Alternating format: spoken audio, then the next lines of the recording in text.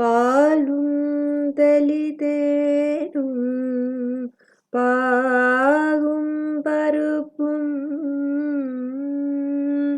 இவை நான்கும் கலந்துனக்கு நான் தருவேன். கோலம் செய் துங்கை கரிமுகத்து தூமணியே சங்கத்தமிழ் மூன்றும் தா.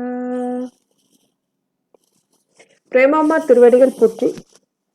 இங்கு வீட்டிற்கும் அனைத்து அடியார்கள் திருவடிகள் போற்றி. தாய் தந்தை திருவடிகள் போற்றி. வாழியார் சுவாமிகள் திருவடிகள் போற்றி. அருணகிரிநாத சுவாமிகள் திருவடிகள் போற்றி.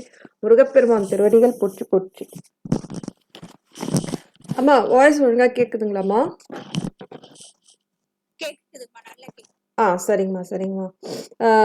போன வகுப்புக்கு யார் வந்தாங்க? 26ல தானேம்மா முடிச்சோம். அது கொஞ்சம் பண்ணுங்க. 26 முடிச்சிட்டா இல்லைங்க? Right, very good. Okay. So இன்னைக்கு பாடல் வந்து 27லேருந்து 1 மணி நேரத்துக்கு 1.25 மணி நேரத்துக்கு எவ்வளோ வருதோ அவ்வளோ பார்ப்போம். 40 வரைக்கும் நான் ப்ரிப்பேர் பண்ணியிருக்கேன். 40க்குள்ளே எவ்வளோ பார்க்க முடியுமோ பார்க்கலாங்க. சரி, இல்லை ஓகே. இந்த பாடல் மின்னே நிகர் வாழ்வை விரும்பிய யான் என்னே விதியின் பயன் இங்கு இதுவோ பொன்னே மணியே பொருளே அருளே மண்ணே மயிலேறிய வானவனே. சரி, இதை வந்து எப்படி இன்னும் ஒரு தடவை படிச்சுட்டு இந்த பொருளுக்கு ஏற்ற மாதிரி அப்புறம் எப்படி படிக்கிறதுன்னு பார்ப்போம். மின்னே நிகர் வாழ்வை விரும்பிய யான் என்னே விதியின் பயன் இங்கு இதுவோ மின்னே நிகர் வாழ்வை விரும்பிய யான் என்னே விதியின் பயன் இங்கு இதுவோ பொன்னே மணியே பொருளே அருளே மண்ணே மயில் ஏறிய வானவனே. அம்மா சொல்லுங்கம்மா பிரேமம்மா. ஓகே. இப்போ எப்படி எடுத்துக்கணும்னா பொன்னே மணியே பொருளே அருளே மண்ணே மயில் ஏறிய வானவனே. இது வந்து எப்படின்னா பொருளுக்கு ஏற்ற மாதிரி படிக்கிறது. இப்போ இறைவனை வந்து துதித்து அதுக்கப்புறம் அவனோட நம்மளோட குறையை சொல்றது. பொன்னே மணியே பொருளே அருளே மண்ணே மயில் ஏறிய வானவனே மின்னே நிகர் வாழ்வை விரும்பி யான் என்னே விதியின் பயன் இங்கு இதுவோ. ஒரு நிமிஷம் வருங்க, இது எப்படியா படிக்கிறது? சரி சரி சரி, என்னே விதியின். ஓகே ஓகே, என்னே. சரி, ஓகே. இதை எப்படி எடுத்துக்கணும்னா இந்த ரெண்டாவது வரி இருக்கு இல்லைங்களா, இதை எப்படி எடுத்துக்கணும்னா என்னே. ஓகே, இங்கு. சரி, இங்க எப்படி எடுத்துக்கணும்னா பொன்னே மணியே பொருளே அருளே மணியே மயிலேறிய வானவனே மின்னே நிகர் வாழ்வை விரும்பிய யான் என்னே இங்கு என்னே விதியின் இங்கு இதுவோன்னு இருக்குல்ல, அது என்னே இங்கு விதியின் பயன் இதுவோ அப்படின்னு எடுத்துக்கணும். ஆனா இங்கு அப்படின்றது ஏங்க இங்கு முன்னாடி போடணும் அப்படின்னா அதுக்கு அர்த்தம் பார்த்துட்டா அந்த அர்த்தத்துக்கு ஏத்த மாதிரி கரெக்டா இருக்கும். என்னே இங்கு விதியின் பயன் இதுவோ, என்ன இந்த பூ உலகத்துல, இங்குன்னா இந்த பூ உலகத்துலன்னு அர்த்தம். அப்ப என்ன இங்கு பூ உலகத்துல என்னோட விதியின் தலையெழுத்து பயன் இதுதானா அப்படின்னு கேட்க மாட்டோம். இந்த பூமியில பாப்போன இந்த பூமியில தலையெழுத்துனா அப்படின்னு கேட்க மாட்டோம். அதே மாதிரி என்னே இங்கு விதியின் பயன் எதுவோ அப்படி பொருள் கொண்டு குட்டிக்கணும். சரி, நம்ம கடைசி 2 வரி பார்த்துக்கலாம். பொன்னே மணியே பொருளே அருளே மண்ணே மயில் ஏறிய வானவனே. இதெல்லாம் சுவாமியை வந்து எப்படிலாம் சொல்றாங்க. பொன்னே அப்படின்னா பொன் போல வந்து அருமை வாய்ந்தவர் அப்படின்னு வந்து அர்த்தம் சொல்றாங்க. பொன் போல. சரி, மணியே அப்படின்னா மணி போல ஒளி வீசுபவர். சுவாமி வந்து திருவகுப்புலலாம் சொல்லியிருக்காங்க. அவனோட வேலை வந்து 100 கோடி சதக்கோடி சூரியர் எவ்வளோ அந்த ஒளி இருக்கோ அந்த ஒளியெல்லாம் ஒன்று கூடுனா எப்படி இருக்குமோ அந்த ஒளி தான் வந்து வேல், ஞானம் அப்படி சொல்லுவாங்க. வேல் மட்டும் இல்லை, சுவாமியும் அப்படிதான். மணி போல ஒளி வீசுபவர் அப்படின்றதுன்னா அது வந்து லைட்டு வெளிச்சம் அப்படின்னு எடுக்கிறதுக்கு பதிலாக ஞான ஒளி. ஞானம் வந்து தெளிவு, தூய்மை, சுத்தம், கூர்மை எல்லாமே அந்த ஒளி வீசுகிறது. அப்போ அந்த முருகன் சிவபெருமான் எல்லாம் வந்து ஞான பண்டிதன், ஞானம். அப்போ ஒளி வீசுபவன். இருள் இல்லவே இல்லை, இருளே இல்லாதவன். அப்போ பொன்னே, பொன் போல பெருமை வாய்ந்தவரே, மணியே, மணி போல ஒளி வீசுபவரே, ஞான ஒளி. பொருளே, பொருளேன்னா பேரின்ப பொருளே அப்படின்னு அர்த்தம். சுவாமி நம்மளுக்கு என்ன தருவாரு அப்படின்னா, நம்மளோட இருளகற்றி, இருள் நம்மளுக்கு நீங்க பெற்றாலே, அதாவது ஆழம் மனம் அது மாதிரி இருள் நீங்க பெற்றாலே நமக்கு வந்து அன்பு தான் வரும். நம்மளுக்கு என்ன வரும்? அன்பு. அந்த அன்புல என்ன வரும்னா இன்பம். அந்த அந்த அன்பாலே தான் வந்து இறைவனை வந்து நம்ம அடைய முடியும். அந்த அன்பு வைக்க வைக்க வைக்க இறைவன் பால் அன்பு வைக்க வைக்க நம்மளோட மனம் வந்து இலகும். அதே மாதிரி நம்ம சுவாமி மேல அன்பு வைக்க வைக்க அந்த அன்பு சிலவங்களாம் எப்படி பண்ணுவாங்க? சுவாமி மேல நல்ல அன்பா இருப்பாங்க, பக்தி பண்ணுவாங்க. ஆனா மற்ற ஆன்மாவை வந்து அவங்க கிட்ட அன்பு இருக்காது. ரொம்ப ஸ்ட்ரிக்டா பேசுறது, மனம் நோகும்படி பேசுறது, மனம் காயம்படும்படி பேசுறது, அதில் எந்த பிரயோஜனமும் இல்லை, பலன் கிடையாது. அந்த சுவாமி அவன் மேலே நீ பக்தி வைக்கலனா கூட நீ எல்லா உயிர்களுக்கும் அன்பு செலுத்துறியா? எல்லாருக்கும் பேசும்போதே மற்றவர்களுக்கு எந்த ஹர்ட், அதாவது எந்த தமிழ்ல எப்படி சொல்றது, காயப்படுத்தாம, மற்றவர்களுக்கு மனம் நோகும்படியாம, மற்றவங்க காயப்படுத்தாம பேசணும். அது ரொம்ப கஷ்டம் இல்லையா? அதாவது நாம இப்படியும் செய்வோம். நம்மளுக்கு தெரியாதவங்களுக்கு நம்ம மன நோகும்படி பேசுவோம். ஆனா நம்ம வீட்டிலே இருக்கிறவங்க, அம்மா, அப்பா, தங்கச்சி, கூடயே இருக்கிற கணவர், அவங்க கிட்ட எல்லாம் மனம் நோகும்படி அதை பேச முடியுமா? இல்ல. தினைக்கும் ஒரு சண்டை வருது. ஆனா அவங்களும் ஒரு ஆன்மா, அவங்களும் மனம் நோகும்படியாம பேசக்கூடாது அப்படின்னு சொல்லிட்டு எல்லா உயிர்களுக்கும் வந்து நம்ம வந்து அந்த அந்த இலகுத்தன்மை, அந்த தன்மை, அந்த கருணை, அன்பு கொண்டு வரணும். அது கஷ்டம்தான். ஆனா வரும். கொஞ்சம் கொஞ்சமா கொஞ்சம் கொஞ்சமா பக்தியை செலுத்த செலுத்த சுவாமி எல்லாரையும் மாத்துவாரு. அப்போ சுவாமி அந்த பேரின்ப பொருளாக இருக்கார். பேரின்ப பொருள்னா எப்படி? நம்ம உலக பொருளை கொடுக்கறது வந்து சிற்றின்பம்.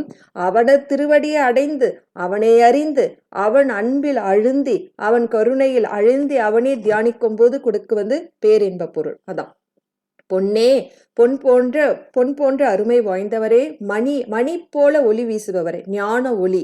பொருளே, பேரின்ப பொருளே, அருளே, பேரருளுடையவன். அப்போ சுவாமியில வந்து என் குணத்துல ஒரு குணம் பேரருள்.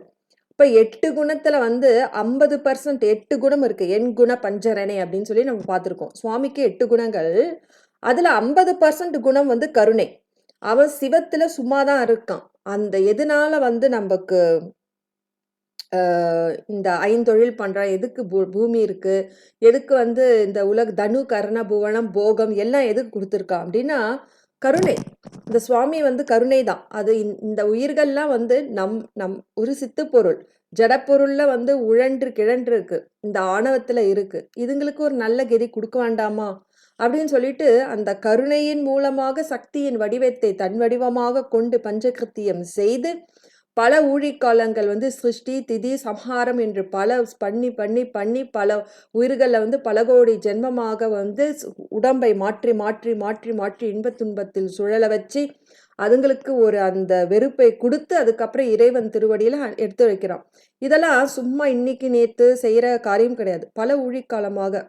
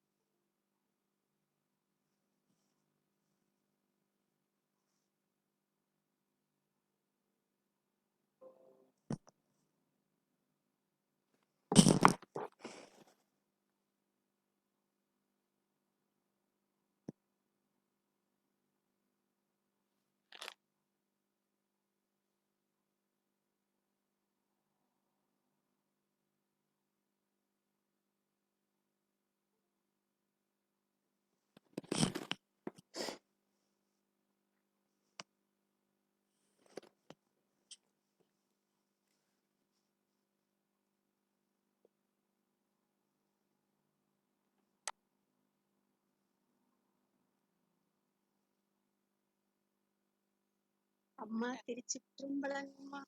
திருவடி வணக்கங்கம்மா. அனைத்து அடியார்களையும் வணங்கிக்கிறேங்கம்மா. திருவடி வணக்கங்கம்மா. அம்மா பிரேமாம்மா, மன்னிச்சுக்கோங்க. என்னோட மொபைல் திடீர்னு அப்டேட் ஆயிடுச்சு, அதனால அப்படி கட் ஆயிடுது. எனக்கு தெரியாம அப்படிதான் பண்ணும். சாரிங்கம்மா, சாரிங்கம்மா.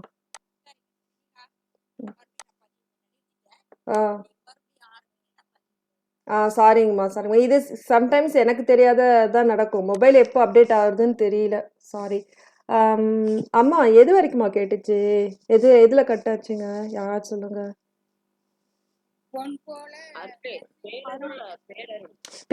பேரருள் வரைக்கும் இருந்ததா? சரி, ஓகே.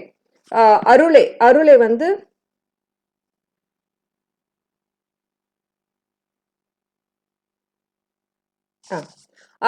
அருளே வந்து பேரருளுடையவன். அப்போ என் குண பஞ்சரனே அப்படின்னு சொல்லிட்டு நம்ம ஒரு பாடல் பார்த்திருப்போம். அதுல 50% வந்து அவனுக்கு என்னன்னா கருணை. அந்த கருணையின் மூலமாக தான் சிவன் என்றவன் வந்து பதி அப்படின்னா நம்ம நிறைய தடவை சொல்லியிருக்க. பஞ்சகிருத்தியம் பண்ணும் போது அவன் பதி. அப்போ திருவருளே வந்து சக்தி பின்னம் இல்லாதவன். அப்போ திருவருளை வந்து ஆற்றல் சக்தியை கொண்டு இந்த உலகத்தை படைத்து இந்த உலகத்துக்கு தனு கரண புவன போகம்லாம் கொடுத்து, அப்போ ஒவ்வொரு உயிருக்கு அந்தந்த வினைக்கேத்த மாதிரி அந்த உடம்பு கொடுத்து, அந்த மாதிரி இதெல்லாம் வந்து அவனோட பேரருள். இப்ப வரைக்கும் வந்து நம்ம கண்டு காட்டும் காணும் உபகாரம் அப்படின்னு சைவ சித்தாந்தத்துல படிச்சிருப்போம். நம்ம எந்த செயல் செஞ்சாலும் சுவாமி நமக்குடையே இருந்து நமக்கு நம்ம ஒரு செயலையும் இப்ப நம்ம படிக்கிறோம், நம்ம சாப்பிடுறோம், எல்லா செயலையும் சுவாமி நம்ம கூட இருக்காரு. எது சூக்குமமா ஒளி மறைந்து இருக்கிறார். ஏன்னா நாம வந்து அவனை உணராத வரைக்கும் அவன் வந்து வெளிப்பட்டு தோன்ற மாட்டான். அதனால இதெல்லாம் வந்து பேரருள் குணம். ஆனா நமக்கு தான் வந்து இது தெரிய மாட்டேங்குது. நம்ம வந்து சுவாமியை வந்து புறத்திலே வந்து புறத்துல பாக்குற பொருள்லாம் வந்து நமக்கு வேறான பொருள் தான் புறத்துல நோக்கி நம்ம பார்ப்போம். ஆனா சுவாமி நமக்குள்ளே இருக்காருன்னு சொல்றது எப்பொழுதுமே நினைக்கிறோமா அப்படின்றது இல்லை. ஆனா இதெல்லாம் அவனோட பேரருள் குணம். பொன்னே, மணியே, பொருளே, மண்ணே மண்ணுதல் அப்படின்னா அருளேனா பேரருளே, பொருளேனா பேரின்ப பொருளே, மண்ணேனா மண்ணுதல் அப்படின்னு அர்த்தம். மண்ணுதல் என்ற தொழிற்பெயர்ல இருந்து வந்திருக்கு. மண்ணுதல் அப்படின்னா நிலைப்பெறுதல் அப்படின்னு அர்த்தம். மண்ணே, மணியே, நிறைய தேவார பாடல நிறைய மண்ணே வரும். அப்படின்னா மண்ணுதல். சுவாமி எப்போதுமே நிலைத்திருக்கிற பொருள். அவன் தான் அந்த எல்லா அகில உலக அண்டங்கள், எத்தனை அண்டங்கள், 234 எல்லா அண்டங்களையும் அடுக்கி ஒடுக்கி ஊழி காலத்துல அவன் மட்டும்தான் இருப்பான். அப்போ அவன் மட்டும்தான் இருப்பான். அப்ப அவன் மட்டும்தான் நிலைத்து நிற்கிற பொருள். எதுல அடங்குச்சோ அதுல இருந்து தோன்றுவித்து திரும்பி எல்லாத்தையும் பண்ணுவான், பஞ்சகிருத்தியும் பண்ணுவான். அப்போ மண்ணே நிலைப்பட்டது. மிச்சது அனைத்து பொருள்களும் வந்து என்ன அப்படின்னு பாத்தீங்கன்னா, உலக பொருள் எல்லாமே மாயை பொருள்கள் எல்லாமே வந்து நிலையற்ற பொருள். சுவாமி திருவடி மட்டும் நிலைத்திருக்கும் பொருள். அப்போ அந்த நம்ம எந்த பொருள் நிலைத்து இருக்கிற பொருளோ அதை நோக்கி தானே நம்ம போகணும். நிலையில்லாத பொருளை ஏன் நோக்கி போக முடியும் இல்லையா? அப்போ சுவாமி வந்து மண்ணை என்றும் நிலைத்து இருக்கும் தன்மை உடையவர். மயில் ஏறிய வானவனே, மயிலை வாகனமாக கொண்டு ஏறி மேலானவனே, மயிலை வாகனமாக கொண்ட வானவனேனா மேலானவனே அப்படின்னு இந்த இடத்துல அர்த்தம். ஓகே. பொன்னே, மணியே, பொருளே, அருளே, மண்ணே, மயிலேறிய வானவனே, பொன் போன்ற பெருமை மிக்கவரே, மணியே அப்படி பாத்தீங்கன்னா மலி போன்று ஒளி வீசுபவரே, ஆனா ஞான ஒளி. பொருளே, பேரின்ப பொருளே, பேரின்பம்னா அந்த சுக அனுபூதியை தரும் முக்தி தர வல்லவர். பேரருளே, அந்த பேரருள் இருக்கிறதுனாலதான் மிக உயர்ந்த உடம்பான நம்மளுக்கு இந்த மனித உடம்பு இருக்கு. நினைக்கும் ஆற்றல், சிந்திக்கும் ஆற்றல். இப்போ நினைக்குது இறைவனை நினைப்பது, அது மாதிரி பார்ப்பது, பேசுவது. அதான் பூமேல் மயல் போய் மயலற தாமோதிய கல்வியும் அறிவும் யாரு? தாமே தர வேலவன் தந்ததனால் பூமேல் மயலற மயல் போய் இனி நாமேல் நடவீர் அப்படின்னு சொல்லி இருக்கும். அதாவது இந்த உடம்பு நம்ம கல்வி எல்லாமே யார் கொடுத்தது? அறிவு யார் கொடுத்தது? சுவாமி கொடுத்தது. இந்த பூமியில இருக்கிற வரைக்கும் பூமேல் மயல் போய நம்ம வரும். போன வகுப்புல தான் படிச்சோம், அதே மறந்துவிட்டோம். சரி, அப்போ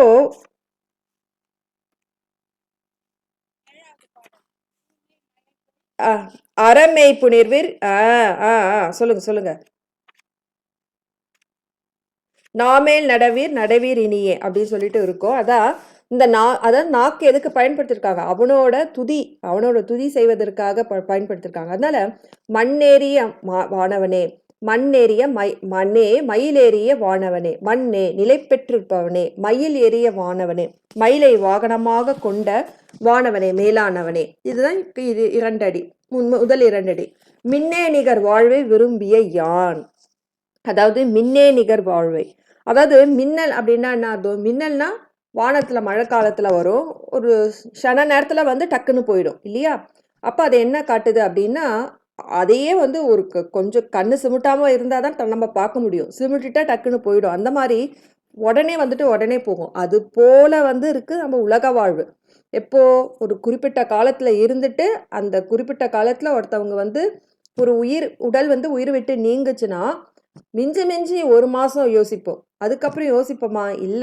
அவங்கவங்க வாழ்க்கையை பார்த்துட்டு போயிட்டே இருப்போம். அந்த மாதிரி தான் ஒரு பொருள் இல்லாமல் போயிட்டு விட்டுட்டு அப்படின்னுச்சுன்னா நிலை அழிந்து விட்டது அப்படின்னாக்கா அதை பற்றி நம்ம யோசிக்க மாட்டோம். அது மாதிரி தான் இந்த வாழ்வு வந்து நம்மளுக்கு ஒரு குறிப்பிட்ட காலம் வரைக்கும் இருக்கும். அதுக்கப்புறம் அது இல்லாத போயிடும். அதுக்கப்புறம் நமக்கு நமக்கேற்ற விதிப்படி அடுத்த சட்டை தாங்கின்னு போவோம். அது மாதிரி மின்னே நிகர், மின்னல் போல நிலையில்லாத இந்த வாழ்க்கை, மின்னல் நிகர், மின்னே நிகர், மின்னலை நிகர்னா ஒத்த, அது போல மின்னே நிகர், மின்னலை ஒத்த அது நிலையில்லாதது எது அப்படின்னா இந்த உலக வாழ்வு.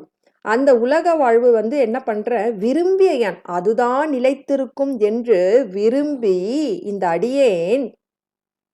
அடியேனாகிய யான் என்னே இங்கு விதியின் இதுவோ, என்னே இங்கு விதியின் பயன் இதுவோ, என்னே அப்படின்னா நான் என்னன்னு சொல்லுவேன் அப்படின்னு கேட்கிறாரு. அதாவது மின்னே நிகர், மின்னலை போன்று நிலையில்லாத இந்த வாழ்வை நிலைத்திருக்கிறது என்று விரும்பி இந்த அடியேன் இருக்கின்றேனே, என்னை நான் என்னன்னு சொல்லுவேன் இத. இங்கு இந்த உலகத்துல விதியின் பயன், என்னோட தலையெழுத்து பயன் இதுவோ இதுதானா அப்படின்னு கேட்கிறாரு. அப்போ சுவாமி கேட்கிறாரு, அதான் அதுக்குதான் அருணகிரிநாத சுவாமி கேட்கிறாரு, மண்ணேன்னு போட்டிருக்காரு. சுவாமி நீ என்னைக்குமே நிலைத்திருக்கிற தன்மை உடையவன், ஆனா நானு இந்த நிலையில்லாத மின்னலை ஒத்த அந்த இல்வாழ்க்கையில் இருந்து அதுதான் நிலையுள்ள பொருள் என்று விரும்பி நான் என்னன்னு சொல்லுவேன், இந்த உலகத்துல இங்கு இந்த உலகத்தில் விதியின் பயன், என்னோட விதியின் பயன் இதுதானா, நீதான் நிலையுள்ள பொருளே சுவாமி, நிலையில்லாத வாழ்க்கையில என்னை தவிக்கிறனே, என்னோட விதி இதுதானா, இதுல இருந்து மீண்டு என்னை காப்பாற்ற மாட்டாயா அப்படின்றதுதான் இந்த பாடல். சரிங்களா? அப்போ அவர் கேட்கிறாரு, என் தலைவிதி வந்து இப்படிதானா, என் தலைவிதி பத்தி எனக்கு தெரியலையே, என்னை இதுல இருந்து காப்பாற்று, நீ நிலைத்திருக்கிற தன்மையை நானும் அடையும்படி அந்த வழியில எனக்கு செல்லு அப்படின்றது காக்குறாரு.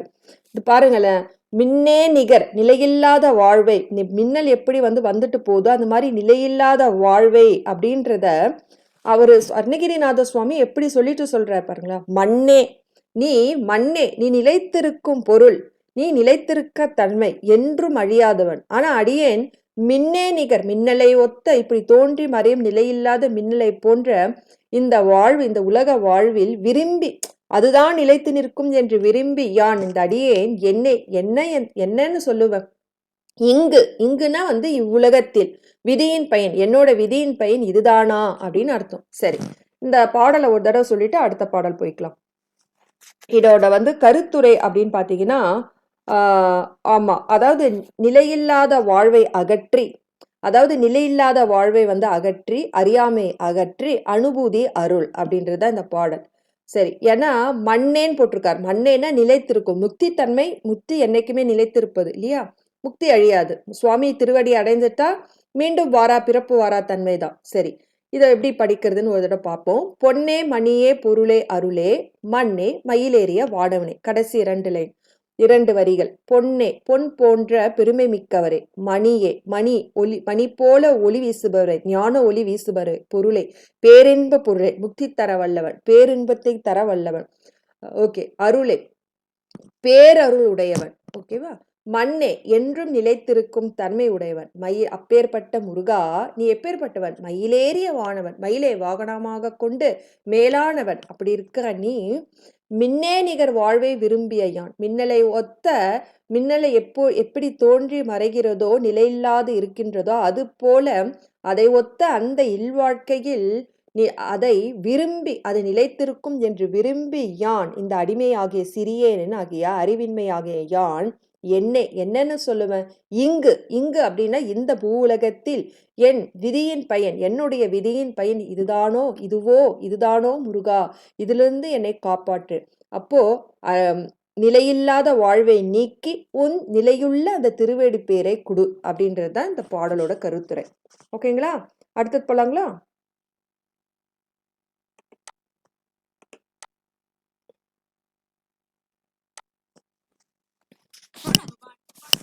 ஓகே, ஆனா அமுதே அயில்வேல் அரசே ஞானாகரனே நவிலத்தகுமோ யானாகிய என்னை விழுங்கி வெறும் தானாய் நிலை நின்றது தற்பரமே. சரி, இது வந்து நான் அடிக்கடிக்கு ஒரு உதாரணம் சொல்லுவேன். இந்த மாதிரி பாம்பன் சுவாமிகள் முருகப்பெருமானிடம் என்ன கேட்டாரு? பார்க்கும் இடமெல்லாம் சுவாமி அந்த உலகப் பொருள் தோன்றாம நீயே தோன்றணும் அப்படின்னு சொல்றாரு. அப்போ அருணகிரிநாத சுவாமி அவருக்கு அவர் எக்ஸ்பீரியன்ஸ் அவரோட அனுபவத்தை சொல்றாரு.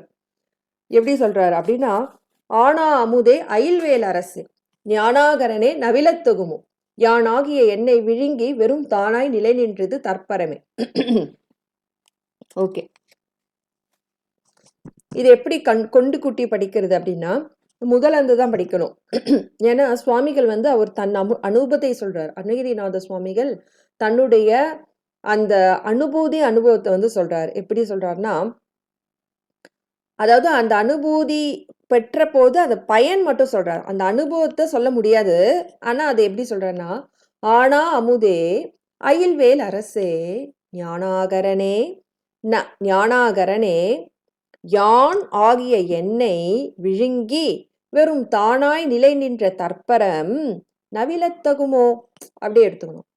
அதாவது அப்படின்னு என்னன்னா, சுவாமி வந்து அவருக்கு அனுபூதி கொடுத்த உடனே எல்லாமே சுவாமியா தெரியுதாம். அந்த அனுபவத்தை அந்த சுவாமியா தெரியும் போது அந்த ஒரு சுகம், அந்த பேரின்பம் ஆன்மா அனுபவிக்குதுல்ல, அதை மித்தவங்களுக்கு சொல்ல முடியுமா, மற்றவர்கள் சொல்ல முடியுமா அப்படின்றது அந்த பாடல். ஆனா அமுதே அயில்வேல் அரசே ஞானாகரனே யானாகிய என்னை விழுங்கி வெறும் தானாய் நிலை நின்றது தற்பரமே நவிலத்தகுமோ. அந்த தற்பரத்தை நவிலத்தகுமோ, மேலான நிலை நவிலத்தகுமோ அப்படின்றது. ஆனா அமுதே எல்லாமே நேரடி விளக்கம் தான். எல்லாம் நேரடி விளக்கம் தான். எதுவுமே வந்து விளக்க உரைக்கு போகல. எல்லாம் ஏன்னா அதெல்லாம் வந்து ஒரு 1.5 ஆண்டு காலமா நம்ம சிந்திச்சதுனால. ஆனா அமுதே அப்படின்னா கெடுதல் இல்லாத அமுதம் போன்றவரை. அப்போ அந்த ஆனா அமுதேன கெடுதல் இல்லாத அமுதம். இப்போ சாதாரண அமுதத்தை தேவர்கள் வந்து சாதாரண அமுதத்தை வந்து எதுக்கு அவங்க தேவர்கள் வந்து எதுக்கு அந்த அமுதம் கடைஞ்சாங்க அப்படின்னா, எப்போதுமே 2 பேருக்கும் சண்டை. இந்த அசுரர்கள், அதாவது எல்லா அசுரர்களும் சரி தேவர்களும் சரி எல்லாம் காசிப முனிவர்கள் புதரவர்கள் தான். நம்ம ஒரு கடைசி பாட்டுல பாடணுமே, திதி புத்திர அப்படின்னு சொல்லி வரும். அப்போ அதிதி திதி அது காசிப முனிவர்ல இருந்து தான் வந்து தைத்தியர்கள் அசுரர்கள் தேவர்கள்லாம் வந்தாங்க. என்ன சகோதர முறைகள் தான். ஆனா அப்படி வரல. 2 பேருக்குமே சண்டை, எப்போதுமே சண்டை, எப்போதுமே அடித்தடி தான் எப்போதுமே. அப்போ என்னாச்சுன்னா அசுரர்கள் படையிலையும் நிறைய பேர் செத்துருவாங்க, தேவர்கள் படையிலையும் நிறைய பேர் செத்துருவாங்க. இந்திரனுக்கு படையில கொஞ்சம் கம்மி, தேவர்களே கம்மியா தான் இருப்பாங்க. பிளஸ் அவங்களுக்கு நிறைய திரை மூப்பு அப்ப இருந்தது. நிறைய திரை வயசாகிறது, தோல் சுருங்கிறது. ஏன்னா தேவர்கள்லாம் அழியக்கூடியவர்கள் தான், அவங்களுக்கும் மரணம் இருக்கு. அவங்க முற்பிறவில செஞ்ச அந்த பயனாக வந்து அந்த தேவ பதவிகளை வந்து அடைஞ்சிருக்காங்க. ஸோ அவங்கெல்லாம் வந்து என்ன பண்ணுவாங்க, தேவர்களுக்கு வந்து இந்திரன் பார்த்தான், ஐயோ நிறைய பேர் தேவர்கள்லாம் இல்லையே, படை கம்மியா இருக்குது, அசுரர்கிட்ட சண்டை போடக்கூட ஆள் இல்லையேன்னு சொல்லிட்டு தான் அப்புறம் வந்து நாராயண வந்து பிரம்மதேவரை அணுகி, அப்புறம் நாராயண அணுகி, அப்புறம் அந்த பார்க்கடல் கடைஞ்சு இந்த அமுதம்லாம் சாப்பிட்டு அப்புறம் மோகினி அவதாரம்லாம் எடுத்து சாஸ்தா அதெல்லாம் பிறந்து அதெல்லாம் நம்ம பார்த்துருக்கோம். சரி, அந்த அந்த அமுதம் என்ன செய்யும் அப்படின்னா, மரணமே தராதா அப்படின்னா தரும். ஆனா அதை கொஞ்சம் ஒத்தி வைக்கும். ஆனா ஒத்தி வைக்கும். நிறைய திரை மூப்பு வராது. ஆனா அது கொஞ்சம் மரணமே இல்லை அப்படின்னு சொல்ல முடியாது. அது நீண்ட நாள் கொஞ்சம் ஒத்தி வைக்கும் மரணத்தை. அது மாதிரி முக்தி இன்பம் ஆனா அமுதே கெடுதல் இல்லாத அமுதம் போன்றவர். அது சுவாமி முக்தி இன்பம் வந்து என்னைக்குமே அழியாது. அவனோட திருவடியில நம்ம சேர்ந்தா அது வந்து நம்மளுக்கு அழிவே கிடையாது. அந்த ஆன்மா வந்து திரும்பி வந்து அவனோட திருவடியிலே லயித்து இருக்குமே தவிர திரும்பி வேற அண்டத்துக்கோ வேற பூமிக்கோ உலாவாது இல்லையா. ஆனா அமுதே கெடுதல் இல்லாத அமுது போன்றவனை அயில்வேல் அரசு. சில நேரத்துல வந்து கையோ அயிலோ கழலோ அப்படின்னு சொல்லியிருப்பாங்க. கை முழுதுமோ அயிலோ, அயில்னா இந்த இடத்துல வேலுன்ட்டு ஆகு பெயர்ல சொல்லியிருப்பாங்க. ஆனா இந்த இடத்துல அயில் கூறிய எது கூறிய வேல், வேலையுடைய. சில பாடல்ல கையோ அயிலோன்னு சொல்லியிருப்பாங்க. அப்ப அந்த இடத்துல வந்து கூறிய வேல்னு எடுத்துக்கணும். ஏன்னா வேலுன்னு தனியா கொடுத்துருக்க மாட்டாங்க. அப்ப அந்த தமிழ் இலக்கணத்துல வேல் அப்படின்னு எடுத்துக்கணும். இந்த இடத்துல ஆனா அமுதே கெடுதல் இல்லாத அமுதம் போன்றவரே. இந்த பாடலை வந்து முதல்ல இருந்து தான் எடுத்துக்கணும் பொருள். ஆனா அமுதே கெடுதலில்லாத அமுதம் போன்றவரே அயில்வேல் அரசே கூறிய வேலாயுதத்தை உடைய அரசே தலைவரே எல்லாருக்கும் தலைவர் ஞானாகரனே ஞானத்துக்கு இருப்பிடமானவர். முன்னாடி என்ன பார்த்தோம் போன பாட்டுல மணியே ஞான ஒளி வீசுபவனே பொன்னே, அதே மாதிரி ஞானாகரனே ஞானத்துக்கு இருப்பிடமானவனே சொல்லிட்டு யான் ஆகிய என்னை விழுங்கி யானன்னா நான், அதாவது நான் ஆகிய இந்த ஆன்மாவின் ஆணவத்தால் வரும் அந்த முனைப்பு. நான் தான் செஞ்சேன், நான் தான் டொனேஷன் நிறைய கொடுத்தேன், என்னாலதான் இவ்வளோ கலெக்ஷன் ஆச்சு, என்னால்தான் இந்த ப்ரோக்ராமே நடந்தது அப்படின்னு நிறைய நம்ம சொல்லிக்கிறோம். அதெல்லாம் அது அறியாமை. நாமளா செஞ்சோம் இல்ல, எல்லாம் நம்ம சாமி நமக்குள்ள இருந்து அது நம்மளுக்கு எவ்வளோக்கு அந்த புண்ணியம் இருக்கோ அந்த புண்ணியத்துக்கு ஏற்ற மாதிரி அந்த சிவகாரியம் நம்மளுக்கு சுவாமி கொடுப்பான். ஆனா அதுல அந்த சிவ புண்ணியத்தை நம்ம தன் முனைப்போட நம்ம பயன்படுத்தினா அது புண்ணியமா திரும்பி வராது, திரும்பி அது பாவ புண்ணிய கணக்குக்கு போயிடும். அது மாதிரி யான் ஆகிய எண்ணெய், அதாவது யான் ஆகிய இந்த ஆன்மாவின் ஆணவ மனத்தால் வந்த முனைப்புன்னா இந்த சீவபோதம் எல்லாம் சீவபோதம்னா சாமி கும்பிடுறது கூட எங்க ஆசிரியர் சொல்லுவாரு. ஆனா இப்ப கஷ்டம் தான், கொஞ்சம் கொஞ்சமா வரும். சாமி கும்பிடுறது கூட நான் கும்பிடுறேன், இப்ப நான் சாமி கும்பிட்டுட்டு இருக்கேன் அப்படின்ற எண்ணமே வரக்கூடாதான். அந்த எண்ணம் இழந்த நிலையில சாமி கும்பிடணும் ஒன்றோட. அப்ப அந்த இப்ப வரலன்னா கூட நம்ம பக்தி பண்ண பூஜை பண்ண சுவாமி அந்த நிலைக்கு கொஞ்சம் கொஞ்சமா கூட்டிட்டு போவாரு. இப்ப நான் சொல்றேன், இந்த வரிக்கு அர்த்தம் சொல்றேன். யான் ஆகிய எண்ணெய் விழுங்கி, அதாவது யான் அப்படின்னா அடியேன் ஆகிய இந்த ஆன்மாவில் இருக்கும். யான் அப்படின்னா அந்த ஆன்மாவுக்கு என்ன இருக்கும் அப்படின்னா ஆணவமலம். அந்த ஆணவமலத்தால் வருவது முனைப்பு. அந்த முனைப்பை தான் சீவபோதம் அப்படின்னு சொல்லுவாங்க. அந்த சீவபோதத்தை விழுங்கி சுவாமி என்ன கொடுத்தாராம், சிவபோதத்தை தந்தாராம். தந்தவுடன் என்ன ஆச்சுன்னா வெறும் தானாய் நிலை நின்றது தற்பரமே. அப்போ அதாவது என்னை விழுங்கி, அதாவது என்னோட சிவபோதத்தை விழுங்கி எனக்கு சிவபோதத்தை கொடுத்தவுடன், சிவபோதம்னா அந்த சிவானுபூதி, அந்த பேரின்ப நிலை அப்படின்னு சொல்லணும்.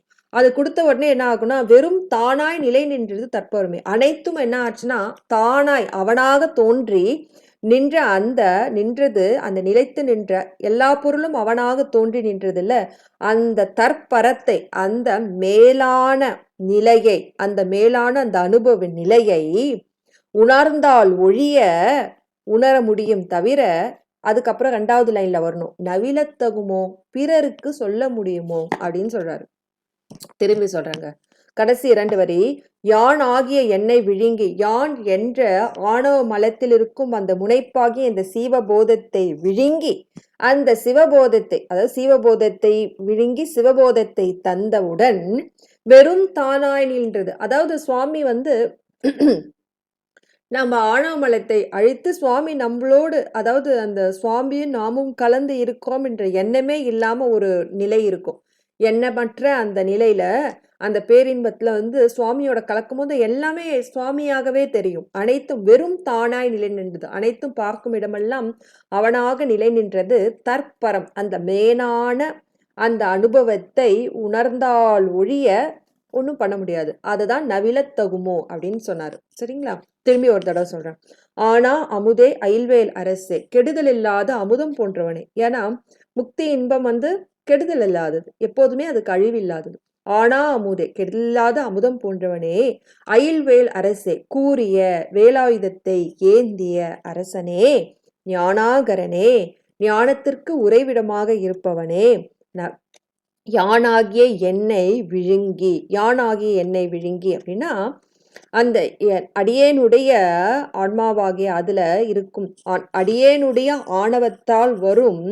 ஆணவத்துல என்ன வரும்? முனைப்பு தான் வரும். அந்த முனைப்பால் வரும் சிவபோதத்தை விழுங்கி சிவபோதத்தை தந்தபொழுது வெறும் தானாய் நிலை நின்றது தற்பரமே. வெறும் தானாய், வெறும் அனைத்து பொருளும் அதுவாய் நீயாகவே நின்ற அந்த நிலை, அந்த தற்பரமே, அது மேலான சுகம், மேலான அனுபவம், மேலான அந்த அனுபவத்தை அனுபவத்தால் உணர்ந்தால் ஒழிய நவிலத்தகுமோ பிறருக்கு எடுத்துரைக்க முடியுமோ அப்படின்றது பாடல். அதுதான், இதுதான் அந்த பாடல். ஆடா அமுதே அயில்வேல் அரசே ஞானாகரனே, ஞானத்துக்கு ஞானா அமுதே கெடுதல் இல்லாத அமுதம் போன்றவனே, அயில் கூறிய வேல் வேலை உடைய அரசே தலைவரே, ஞானா அகரே ஞானம் ஆகரனே ஆகரன இருப்பிடம், ஞானாகரனே ஞானத்துக்கு இருப்பிடமானவனே, யான் ஆகிய என்னை விழுங்கி அடியேனுடைய ஆணவ மலத்தால் வரும் தன் முனைப்பு ஆகிய அந்த சிவபோதத்தை விழுங்கி சிவபோதத்தை தந்தபொழுது வெறும் தானாய் நிலை நின்றது. அனைத்தும் அதுவாய் நீயாக நிலை நின்ற தற்பரம் அந்த மேலான அனுபவத்தை நவிலத்தகுமோ பிறருக்கு எடுத்துரைக்க முடியுமோ அப்படின்றதான் இந்த பாடல். சரிங்களா? இந்த பாடல் ஓகேவா? அடுத்தது போலாங்களா? சரி, நான் அடுத்தது போயிட்டே இருக்கேன். யாராச்சும் வந்து டவுட் இருந்துச்சுன்னா இங்க கேளுங்க, நடுவில் நிறுத்தி கேளுங்க. அடுத்தது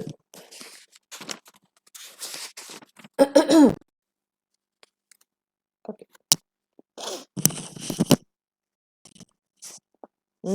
அடுத்த அழமையான பாட்டு.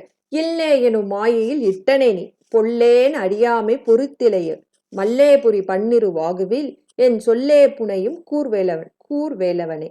சரி, சாமி கிட்ட கேட்கிறாரு, சாமி நீ தான் என்னோட மாயை என்ற இல்வாழ்க்கையில விட்ட. அப்போ மாயையில விட்டா எனக்கு அறிவு இருக்குமா? அறிவு இருக்காதுதான். அப்ப நான் தீமை தானே செய்வேன். சொல்லுங்கம்மா, டவுட் இருக்குங்களா சார்மதி அம்மா?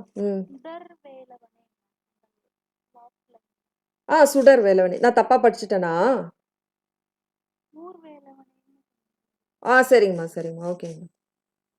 இல்லே எனும் மாயையில் இட்டனை நீ பொல்லேன் அறியாமை பொறுத்திலையே மல்லே புரி பன்னிரு வாகுவில் என் சொல்லே புனையும் சுடர் வேலவனே.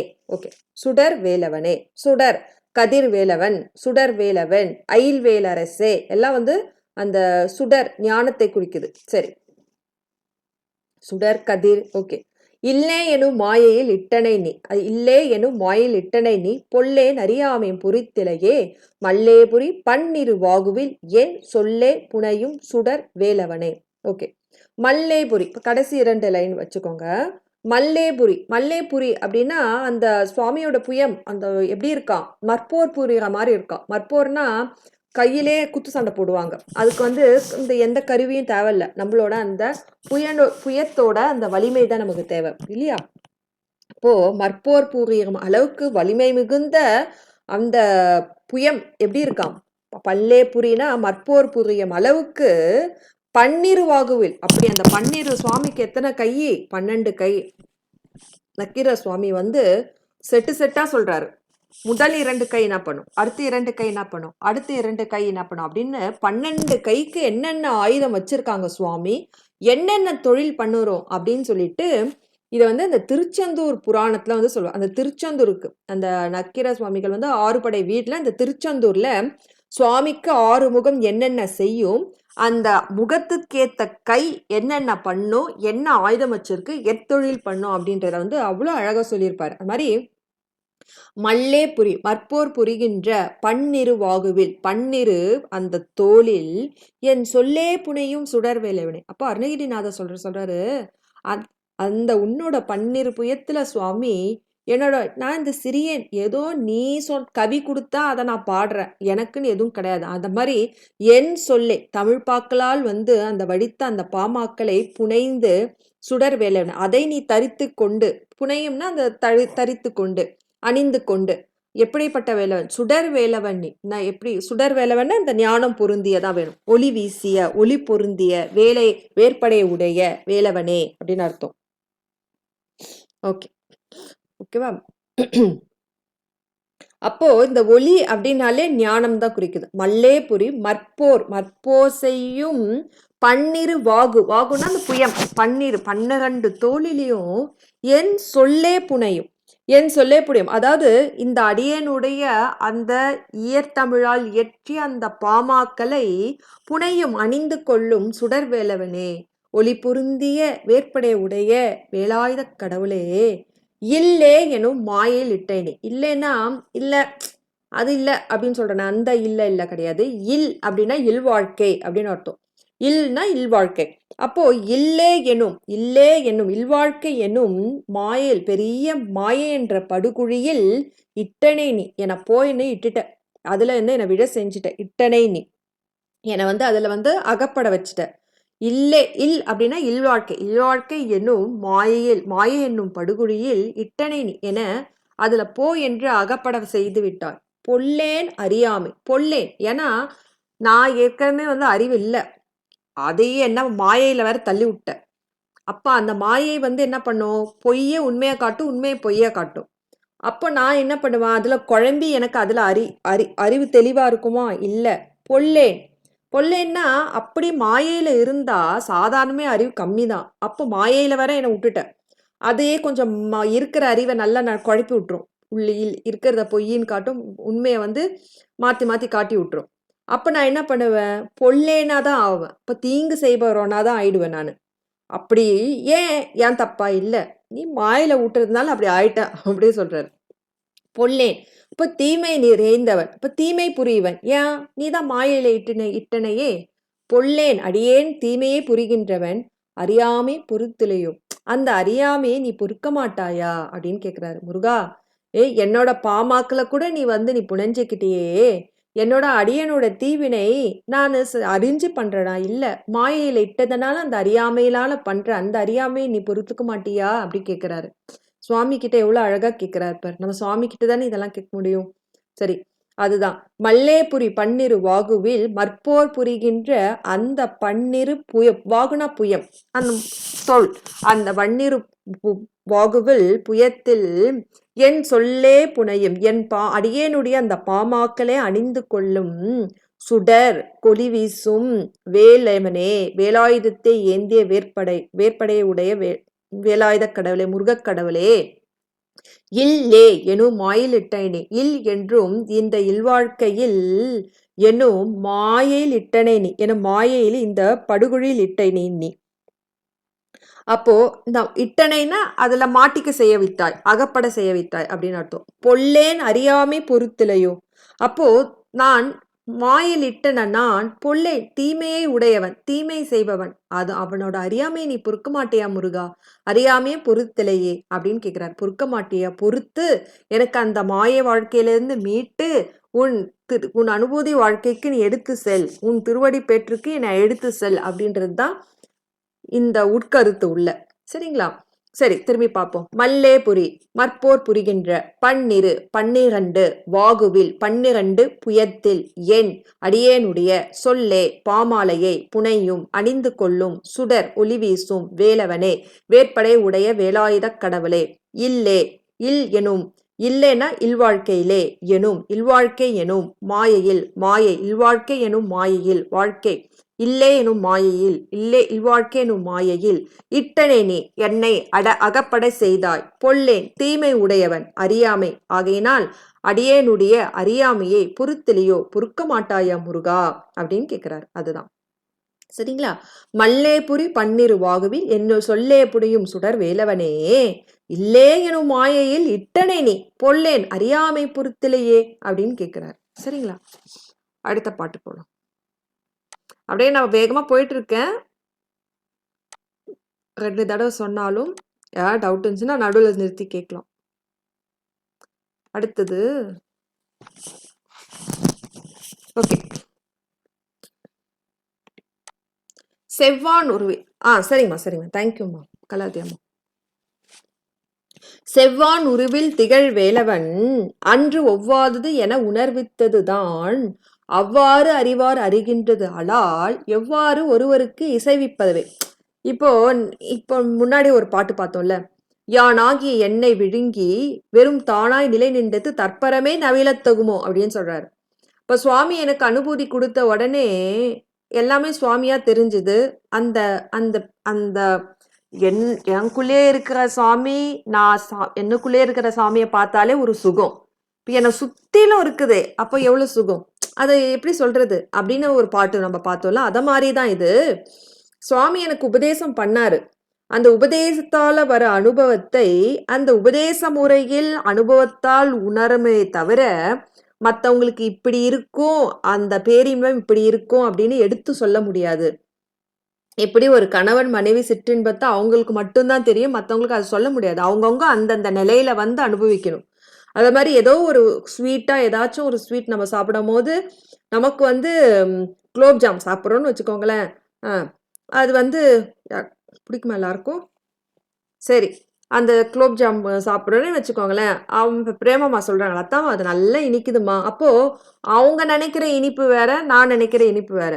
ஏன்னா எனக்கு வந்து இனிப்புன்றதே கம்மியான இனிப்பு தான் பிடிக்கும். இப்போ அவங்களுக்கு நிறையா கோச்சிக்காதீங்கம்மா, சும்மா ஒரு உதாரணத்துக்கு. அவங்களுக்கு அந்த இனிப்பே ரொம்ப இனிப்பே பிடிக்கும். அப்போ அந்த ஆன்மாவுக்கு இனிப்பும், இந்த ஆன்மாவுக்கு இனிப்பும், இனிப்புன்ற ஒரு சொல் இருந்தாலும், அந்த அந்த இனிப்போட அந்த தரம் வந்து வேறு வேறுபட்டு இருக்கு இல்லையா? அது போலதான் அந்த ஆன்மா. ஒரு ஒரு ஆன்மாவும் நம்ம சித்து பொருளா இருந்தாலும் நானு அடியே நீங்க எல்லாமே அவங்கவுங்க பக்குவத்துல வந்து வேறுபட்டு இருக்கின்றோம். அதனால அந்த அந்த சுக அனுபூதியை வந்து அந்த அனுபூதி தன்மையை வந்து அடையும் போது அந்த இன்பத்தை அடையும் போது அது மற்றவங்களுக்கு இப்படி இருக்குன்னு சொல்ல முடியாது. அது சொல்ல முடியாது. அப்போ அந்த திருமூல திருமந்திரத்திலே வந்து ஒரு பாடல் ஒண்ணு இருக்கும். ரொம்ப நல்லா இருக்கும் அது. சரி. செவ்வான் உருவில் திகழ் வேலவன் அன்று ஒவ்வாதது என உணர்வித்தது தான் அவ்வாறு அறிவார் அறிகின்றதலால் எவ்வாறு ஒருவருக்கு இசைவிப்பதுவே. ஓகே. சுவாமியோட தோற்றத்தை காட்டுறாரு. செவ்வான் உருவில் திகழ் வேலவன். அந்த அந்தி பொழுது சொல்றாங்கல்ல, இந்த காலையிலும் இல்லாம மத்தியானமும் இல்லாம நைட்டும் இல்லாம மாலையில ஒரு மாதிரி வானம் வந்து ரோஸ் கலரு சிவப்பு கலர் கலந்து ஒரு வானம் வரும் இல்லையா? அந்த மாதிரி இருக்காராம் சுவாமி. நம்ம முருகப்பெருமான் அந்த மாதிரி கலர்ல இருக்கிறாராம். அவரு அப்போ இன்னொரு பாட்டுல கையோ அயிலோ கழலோ முழுதும் செய்யோய் அப்படின்னு வரும். முழுதும் சாமி முழுதும் செக்க சிவந்த அப்படின்னு இருக்கும்.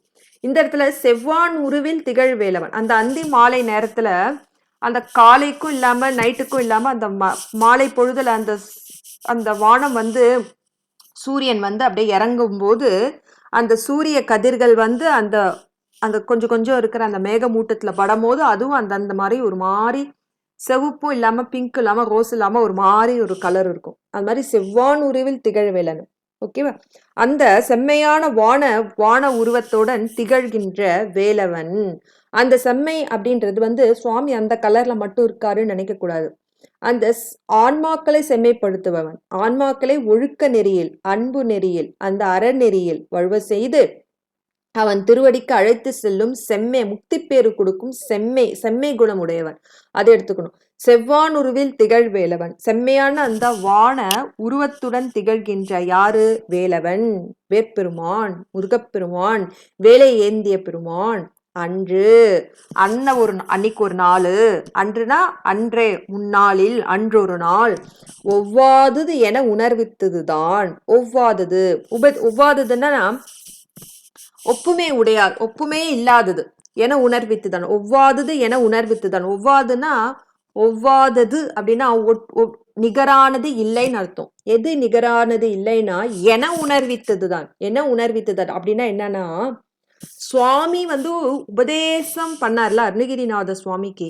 அப்போ ஏதோ உபதேசம் மூலமாக உன்னை உணர செய்தார், மெய்ஞானத்தை உணர செய்தார் இல்லையா? அதை அந்த உபதேசத்துக்கு ஒவ்வாதது வேறொன்று, அதுக்கு நிகர் இல்லாதது வேறு எதுவும் இல்லை அப்படின்னு சொல்றாரு. செவ்வான் உருவில் திகழ் வேலவன், அதாவது செம்மையான வான உருவில் திகழ்கின்ற அந்த வேலாயுத மூர்த்தி அன்று, இது சுவாமி அருணகிரிநாத சுவாமி அவரோட அனுபவத்தை தான் சொல்றாரு. அன்றொரு நாளில் ஒவ்வாதது என உணர்வித்துதான். எதுக்கும் நிகர் இல்லாத, ஒவ்வாததுன்னா நிகரில்லாதது ஒன்று உபதேச முறையில் சொன்ன அந்த ஞானத்தை உணர்வித்தது அவ்வாறு அறிகின்றது அலால். அவ்வாறுதான் அறிய முடியும். எவ்வாறு? அந்த மெய்ஞானத்தை எவ்வாறு அடைய முடியும்னா, குரு சீடன் உபதேசம் பண்ணும் போதுதான் அந்த மெய்ஞானமே வரும். ஐம்புலன் வேடரில் சொல்லுங்க யாராச்சும். சூத்திரம், 5வது சூத்திரம் அது நான் படிச்சோமே, சிவஞான போதம் சூத்திரம் வந்து படிச்சோமே.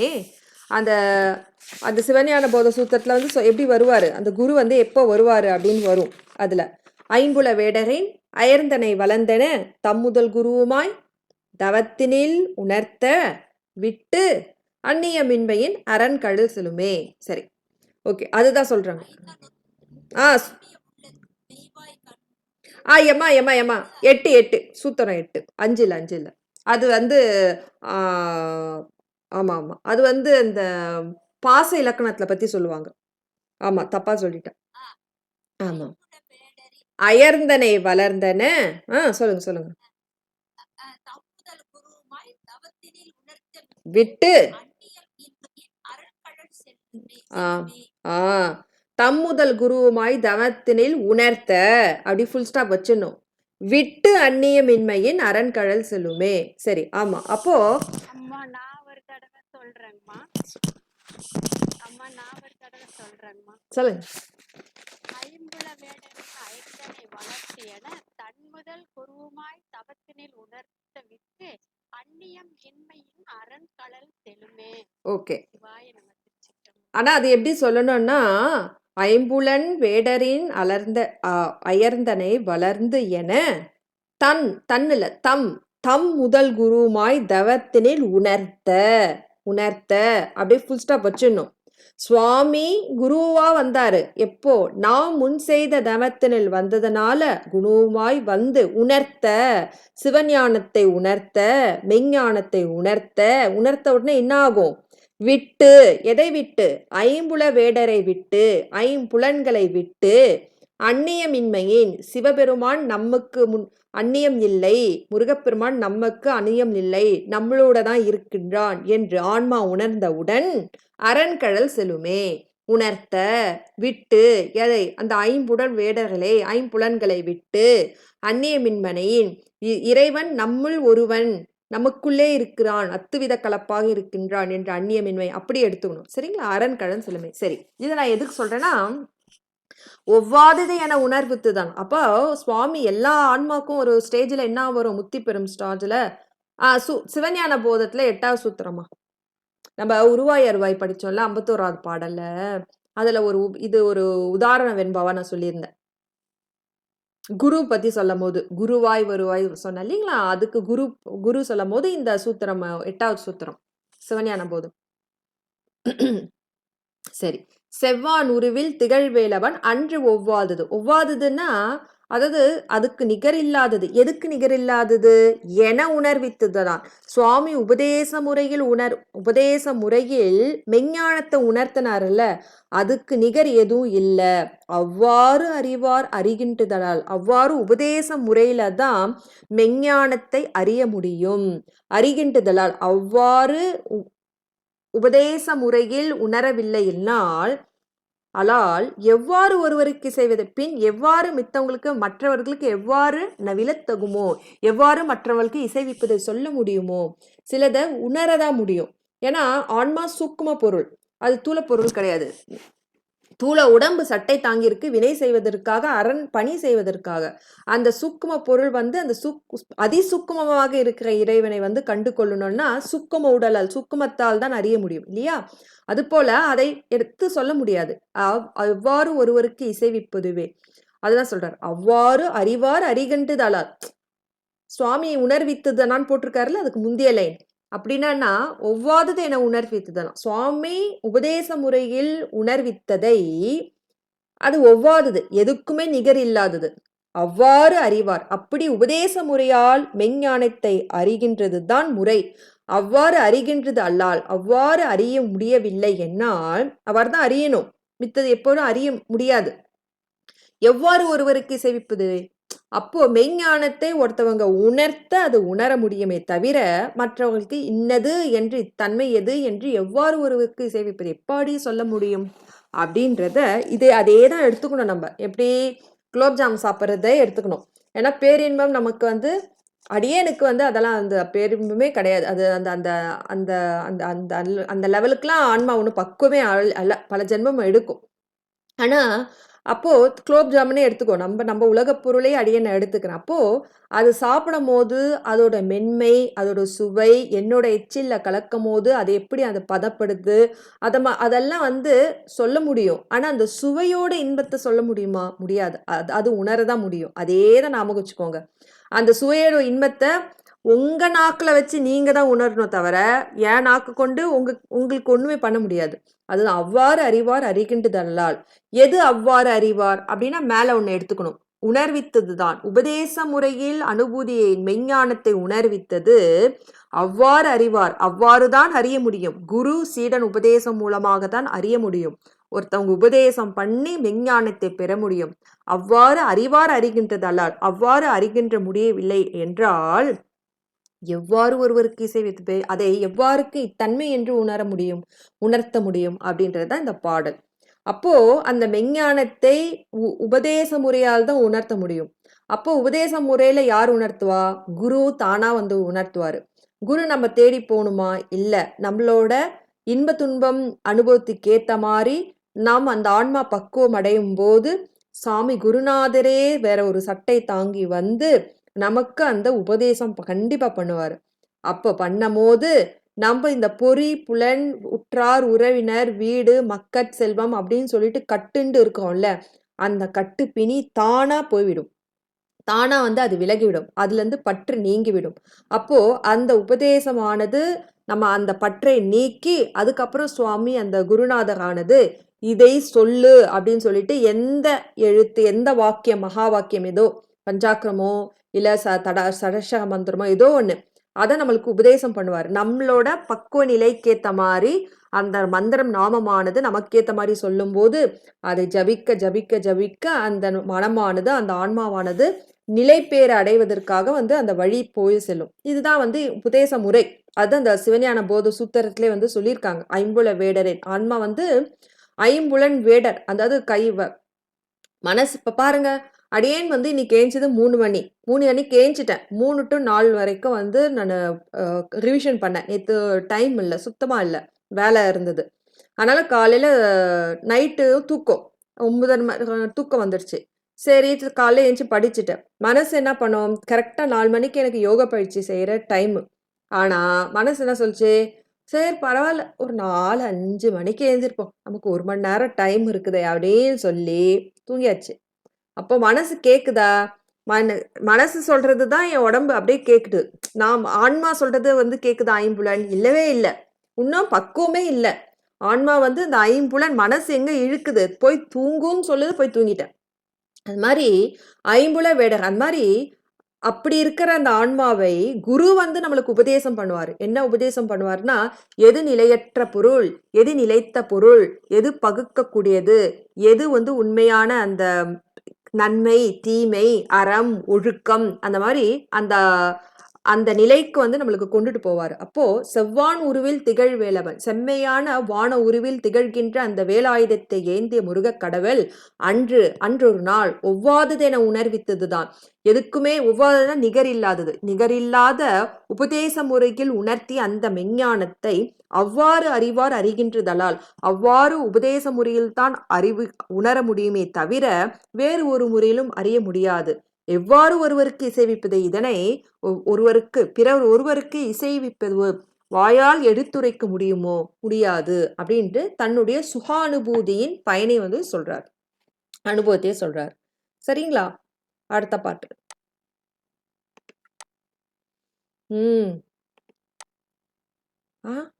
வலைப்பட்ட கை மாதர் மக்கள் எங்கேயா வருது?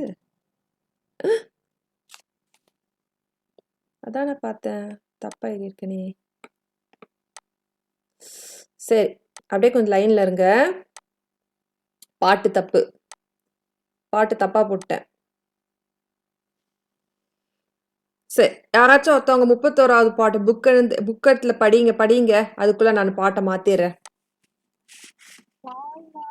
எனும் இப்படுமாயே வீழ்வாய் என என்ன விதித்தனையே, வாழ்வாழ்வு எனும் இப்படும் மாயையிலே.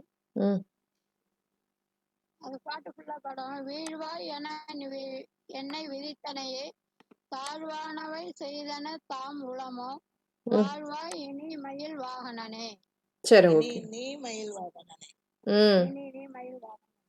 வெரி குட்மா. வேற ஒருத்தவங்க அதுக்குள்ள படிங்க.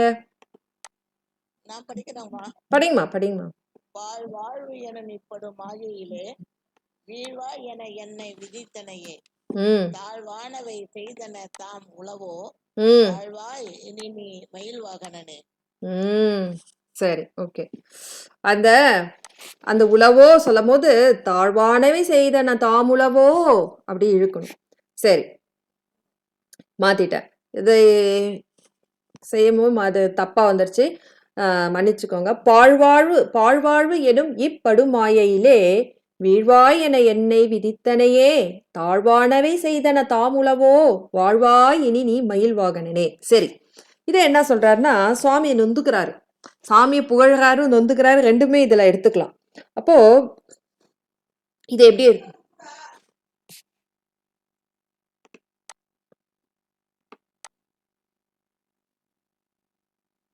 சரி, அப்போ என்ன சொல்றாரு அப்படின்னா எப்படி எடுத்துக்கணும்னா, மயில் வாகனனே கடைசியா இருக்குல்ல, அதை எடுத்துக்கணும். மயில் வாகனனே பாழ்வாழ்வு என்னும் இப்படுமாயையிலே வீழ்வாய் என என்னை விதித்தனையே தாழ்வானவை செய்தன தாமுளவோ வாழ்வாய் இனி அப்படின்னு எடுத்துக்கிறார். வாழ்வாய் இனி.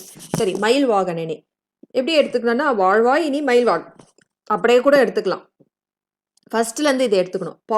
பாழ்வாழ்வு எனும் இப்படுமாயையிலே வீழ்வாய் என என்னை விதித்தனையே தாழ்வானவை செய்தன தாமுளவோ வாழ்வாய் இனி நீ மயில் வாகனனே. சரி, இது என்னன்னா பாழ்வாழ்வு.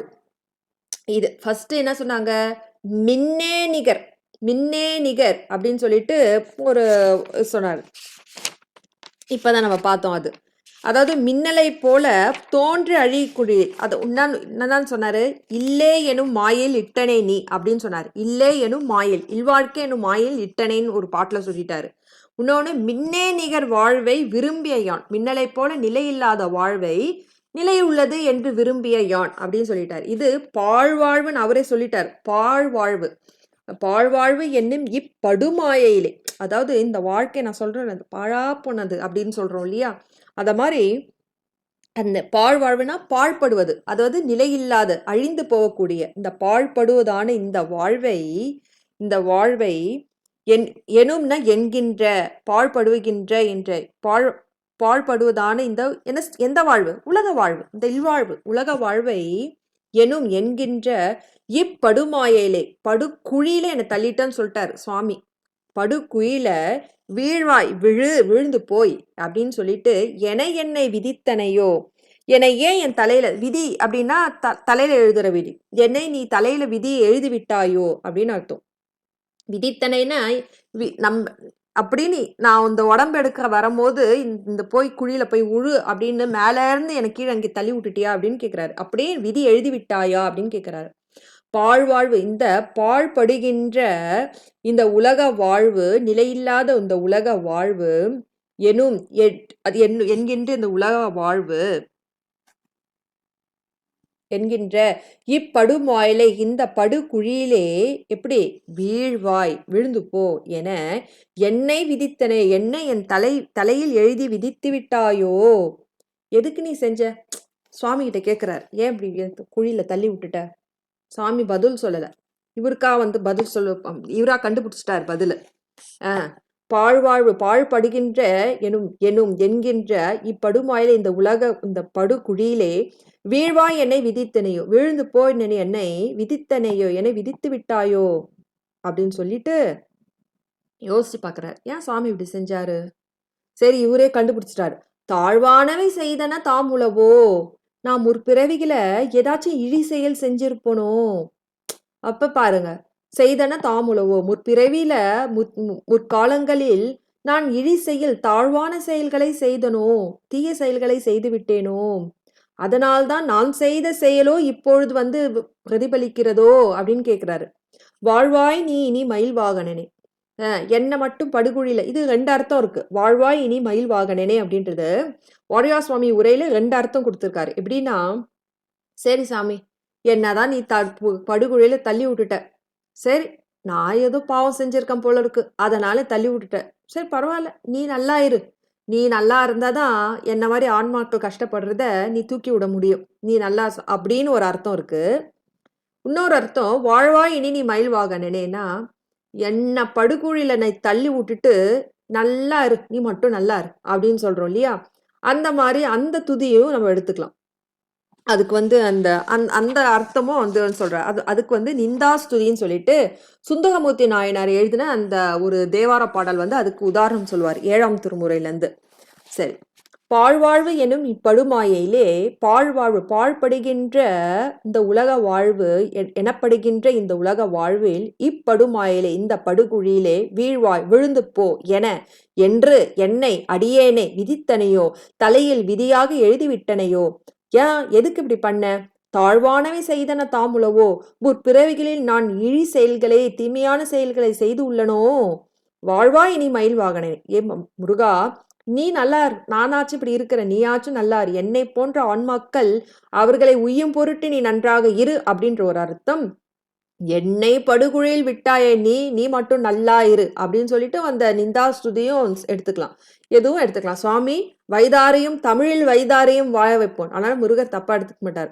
வாழ்வாய் இனி மயமாகனே. ஏ முருகப்பெருமானே, நீ நன்றாக வாழ். என்னை போல மாயில் படுகுழியில் விழுந்த ஆன்மாவை தூக்குவதற்காக நீ நன்றாக வாழ்வாய். வாழ்வாய் இனி மயில் வாகனனே, மயிலேறிய வாகனனே.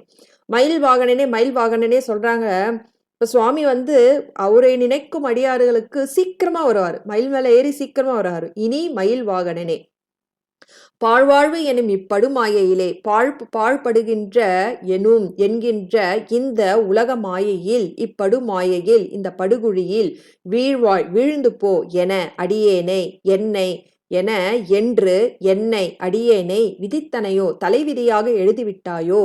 இதற்கு காரணம் என்னவாக இருக்கும்? அப்படியே அடுத்த லைன் சொல்றார். தாழ்வானவை செய்தன தாம் உளவோ. நான் முற்பிறவிகளில் இடி செயல்களை தாழ்வான செயல்களை செய்து உள்ளனோ.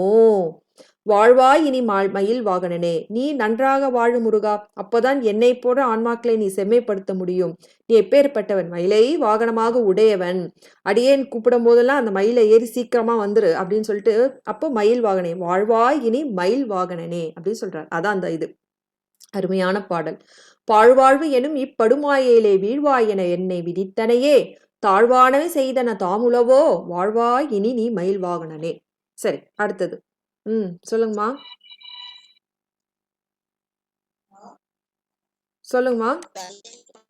சொல்லுங்கம்மா.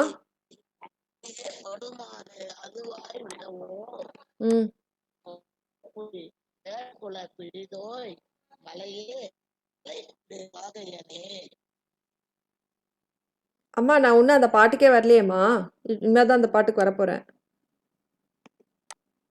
வேடர் குல பிடித்தோய் அந்த பாட்டுக்கு இன்னும் வரலைங்கம்மா. 31 வேடர் குல பிடித்தோய் வராதுமா. 31 பாழ்வாழ்வு எனும் இப்படுமாயிலே வீழ்வாய் என விதித்தனையே தாழ்வானவை செய்தன தாமுளவோ. வாழ்வாய் இனி மயில் வாகனனே.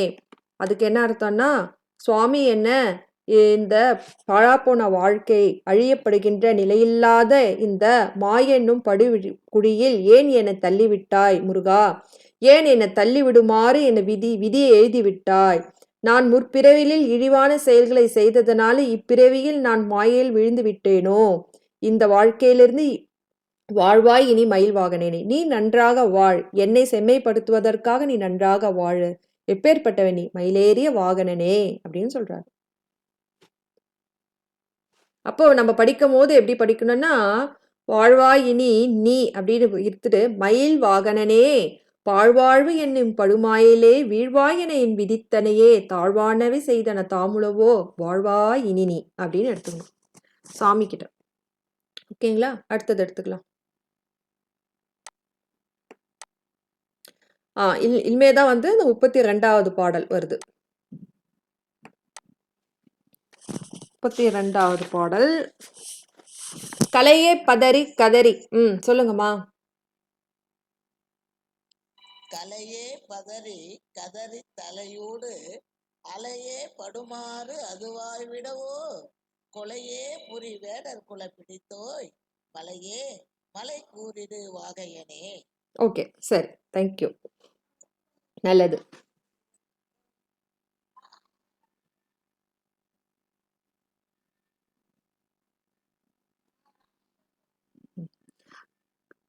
கலையே பதறி கதறி தலை ஊடு அலையே தலையூடலையே படுமாறு அதுவாய் விடவோ.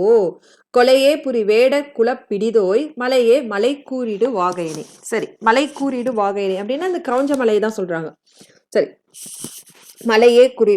சரி, இந்த இடத்துல என்ன சொல்றாங்க அப்படின்னா, கொலையே புரி. கடைசி 2 வரி வந்து சுவாமியை வந்து துதிதான்.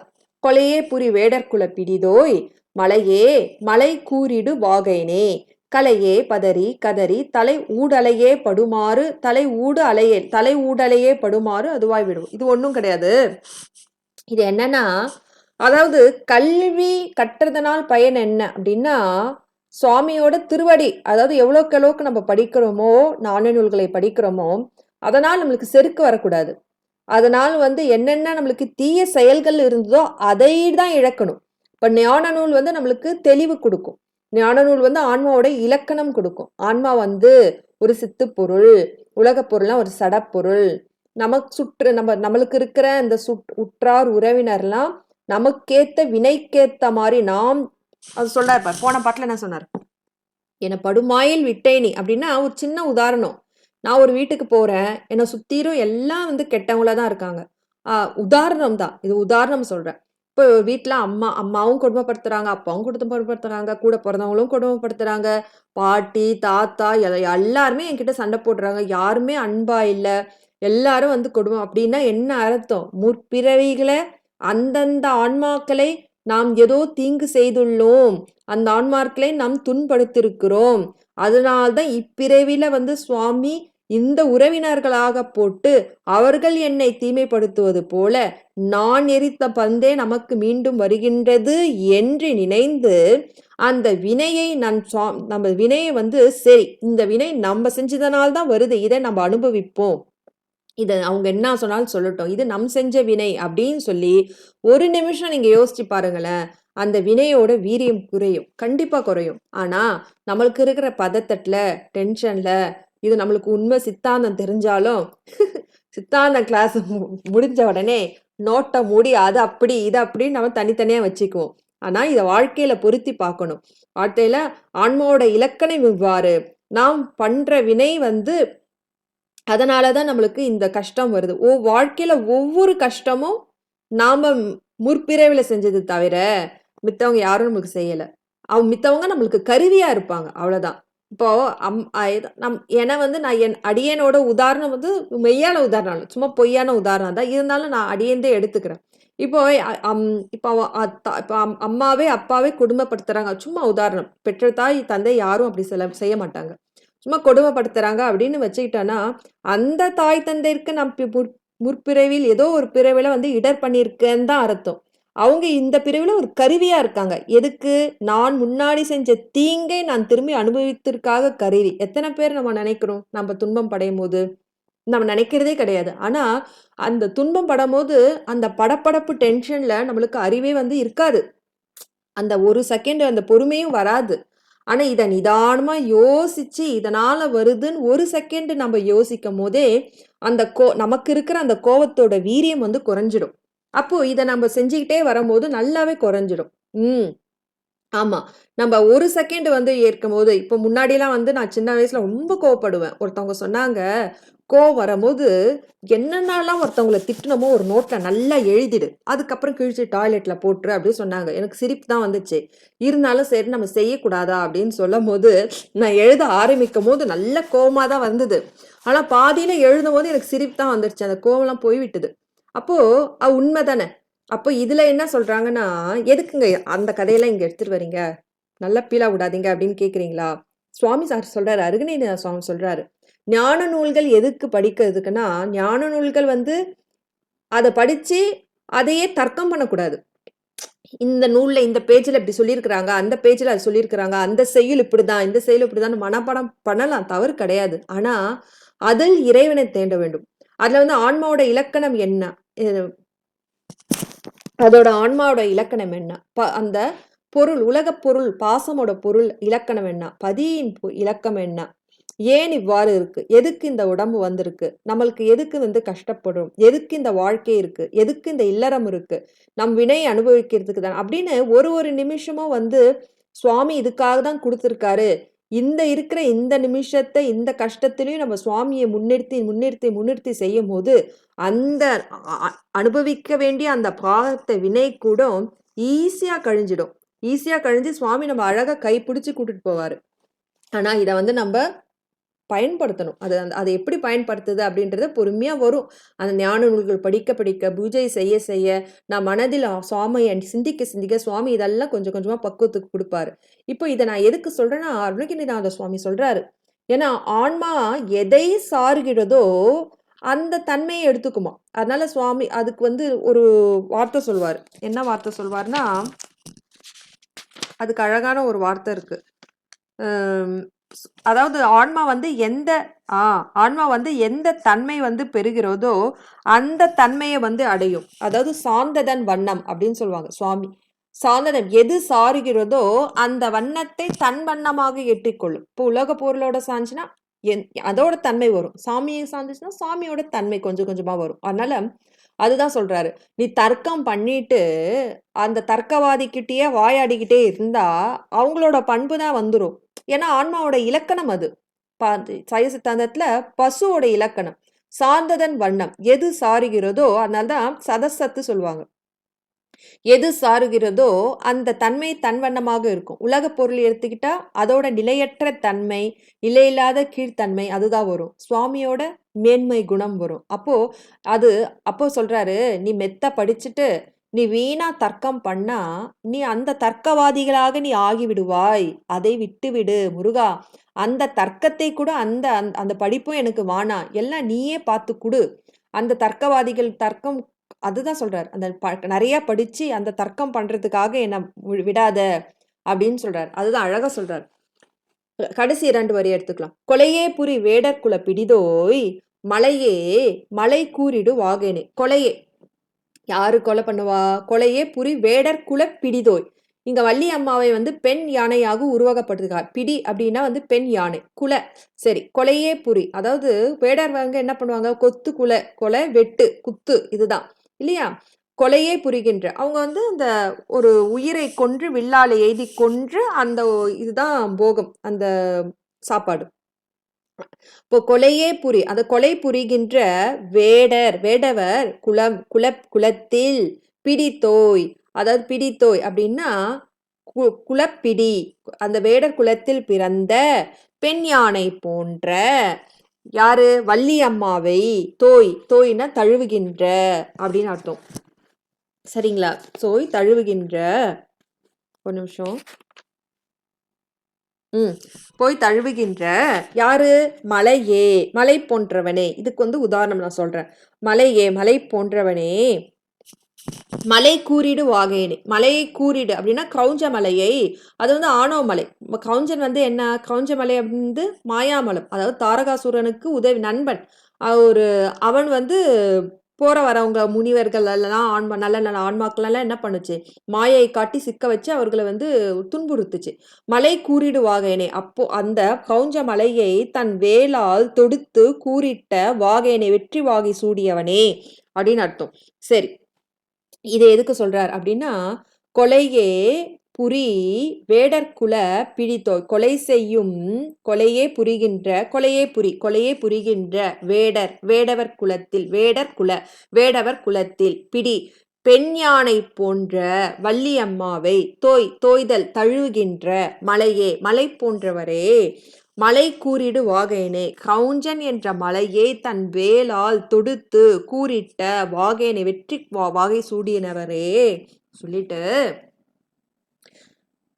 கலையே பதறி கதறி தலை ஊடலையே படுமாறு அதுவாய் விடவும். இது வந்து எப்படி சொல்றாருன்னா, தலை ஊடலையே, அதாவது தலை ஊடலையே படுமாறு கதறி பதறி தலை ஊடலே, அதாவது ஃபர்ஸ்ட் லைன் இந்த கடைசி வார்த்தை எடுத்துக்கணும். தலை ஊடலையே படுமாறு கலையே பதறி கதறி அதுவாய் விடவோ அப்படி எடுத்துக்கணும். ஏன்னா தலை ஊடலையே படுமாறு, தலை ஊடலேன்னா சமயவாதிகள் எத்தனை இருக்குது? ஒரு சமயம் வந்து எத்தனை? 6 சமயம். அதுல 6 4 24 சமயம். 4 சமயம். புறச்சமயம், அப்புறம் புறம் அகம் சமயம், அகப்புற சமயம், அகச்சமயம் அப்படி சொல்லிட்டு 4 சமயம் இருக்கு. அந்த 4 சமயத்துல வந்து 6 சமயவாதிகள் இருப்பாங்க. இப்போ 24 இருக்கும்.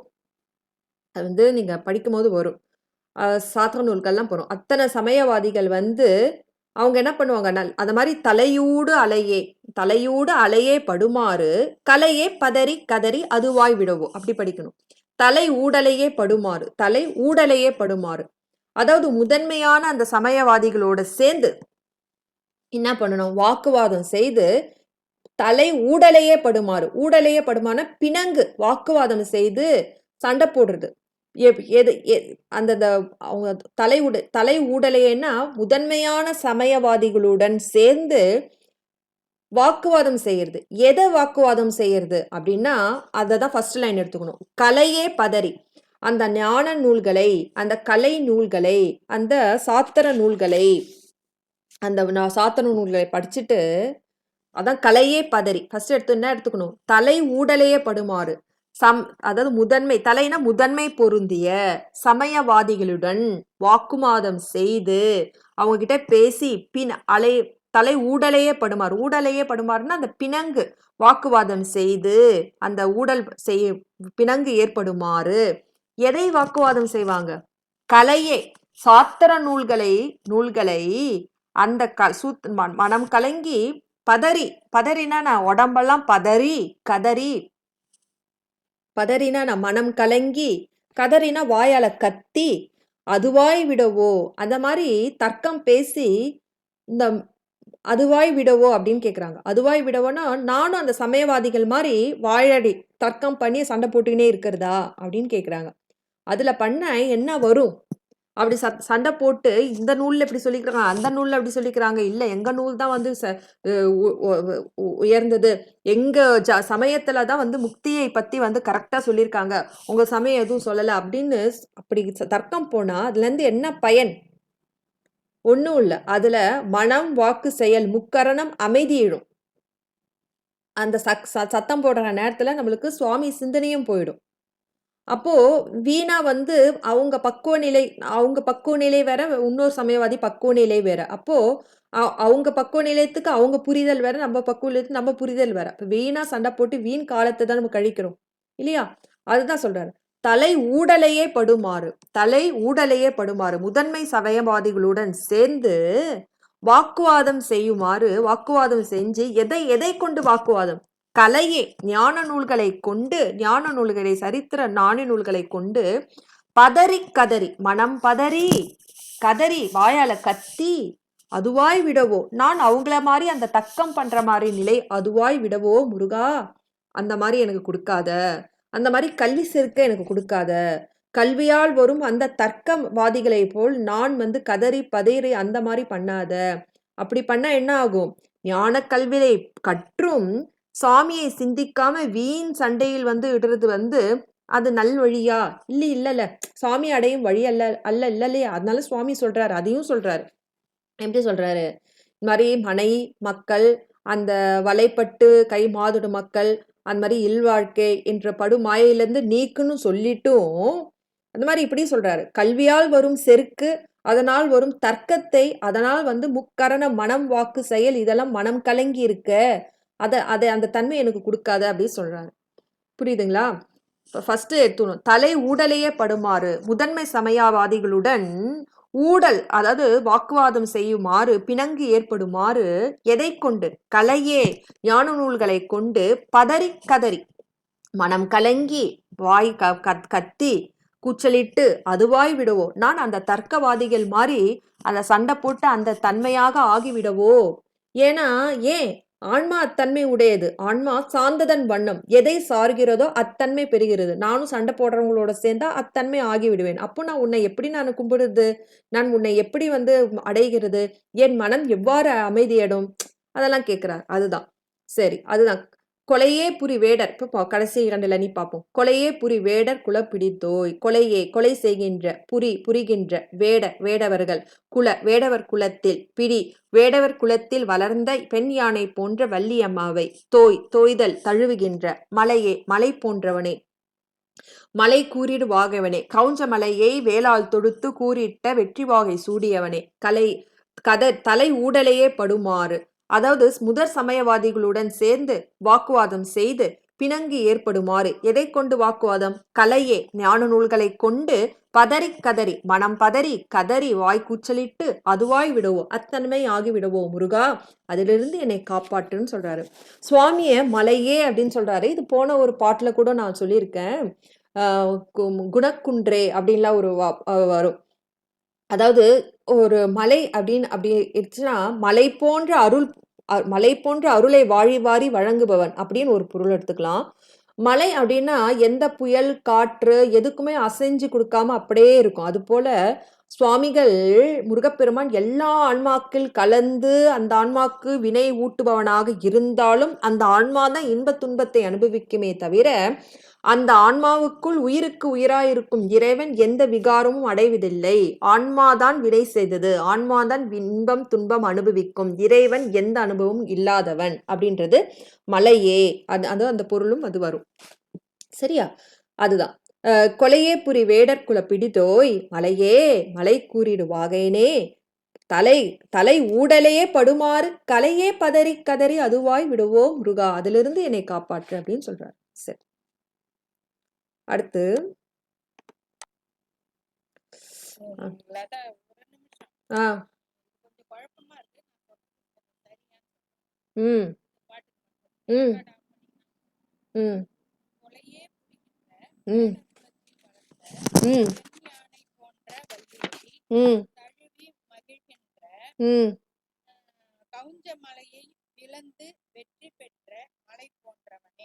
அங்க ஒரு ஃபுல் ஸ்டாப் வச்சுக்கணும்.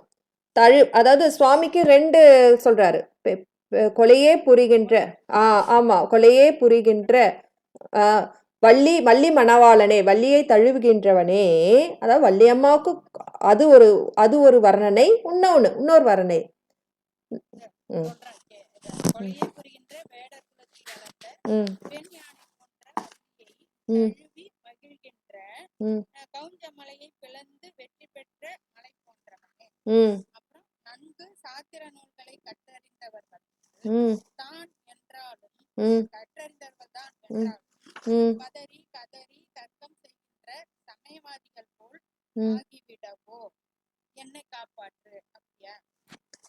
ஃபர்ஸ்ட் லைன் திரும்பி சொல்லுங்க. அந்த ஃபர்ஸ்ட் லைன் மட்டும் சொல்லுங்க. அந்த ஃபர்ஸ்ட் 2 லைன்ஸ் மட்டும் சொல்லுங்க. ஃபர்ஸ்ட்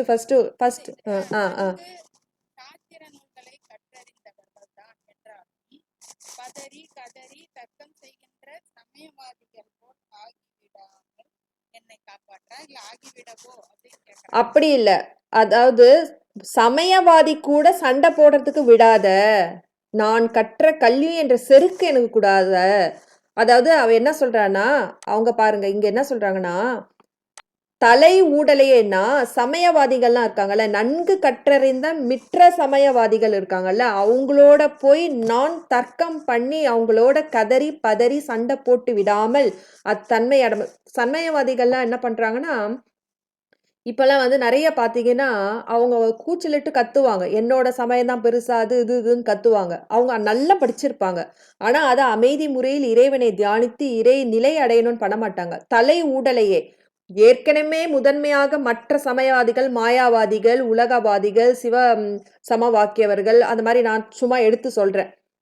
சிவசமவாதிகள், அதுக்கப்புறம் சாக்கியர்கள், புத்தர்கள், அந்த மாதிரி முதன்மையான சமயவாதிகள் இருக்காங்கல்ல, அவங்க நல்லா தெரிஞ்சிருப்பாங்களா, அவங்களோட சேர்ந்து அவங்களோட சண்டை போடாத அளவுக்கு அவங்க எதை கொண்டு சண்டை போடுவாங்க? கலையே. அவங்க சாத்திர நூல்கள் அவங்களும் படிச்சிருப்பாங்க, நானும் ஒன்று படிச்சிருப்பேன். நான் சைவ சித்தாந்த சாத்திர நூல் படிச்சிருப்பேன். மித்த சமயவாதிகள் அவங்கவுங்க உலகாயுதன்னா அவங்க ஒரு நூல் வச்சிருப்பாங்க. மாயாவாதிகள் அவங்க ஒரு நூல் வச்சிருப்பாங்க. புத்தர்கள் அவங்க வச்சிருப்பாங்க. சாங்கியர்கள் ஒன்று வச்சிருப்பாங்க. அந்த பாஞ்சராத்திரர்கள் சொல்லுவாங்க வைணவர்கள், அவங்க ஒரு நூல் வச்சிருப்பாங்க. அவங்க நூல்ல வந்து இறைவன்னா இப்படி, முத்தினா இப்படி, ஆன்மானா இப்படி, உலகம்னா இப்படி அப்படின்னு சொல்லிட்டு போட்டிருப்பாங்க. இதை நான் படிச்சிருக்கேன். அப்போ அதை கொண்டு மற்ற சமயவாதிகள், இப்போ உலகாயுதன் இருக்கிற இறைவன் தன்மை வேற, சைவ சித்தாந்தத்துல இறைவன் இலக்கணம் வேற, அதையும் இதையும் எடுத்துட்டு வந்து எங்க நூல்ல இப்படிதான் சொல்றாங்க, எங்க நூல் தான் பெஸ்ட் அப்படின்னு சொல்லி தலை ஊடலையே, தலைனா தலைமை பொருந்திய முதன்மை பொருந்திய மற்ற சமயவாதிகளுடன் ஊடலையே பிணங்கு ஏற்படுமாறு வாக்குவாதம் செய்து சண்டை போடுமாறு எதை கொண்டு? கலையே.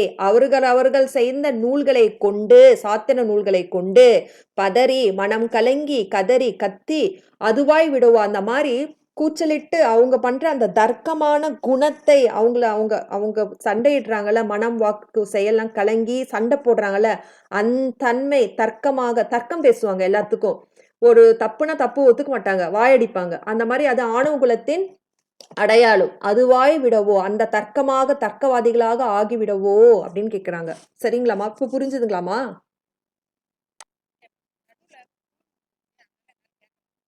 இப்போ ஓகேவாம்மா? கிளியரா இது தெரியுதுங்களா? ஆ ஓகே ஓகே. சரி சரி. அதுதான். அடுத்தது மத்தவங்களுக்கு ஓகேங்களா? அம்மா கேட்டாங்க பாருங்களேன். இது மாதிரி கொஞ்சம் கன்ஃபியூஷனா இருக்கு. இத பண்ணுங்க அப்படின்னு சொன்னாங்களா? அது மாதிரி மத்த அடியார்கள் ஓகேவா? அடுத்தது போலாங்களா?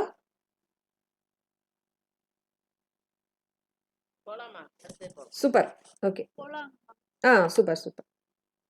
அடுத்தது 33. இது நல்லா இருக்கும்.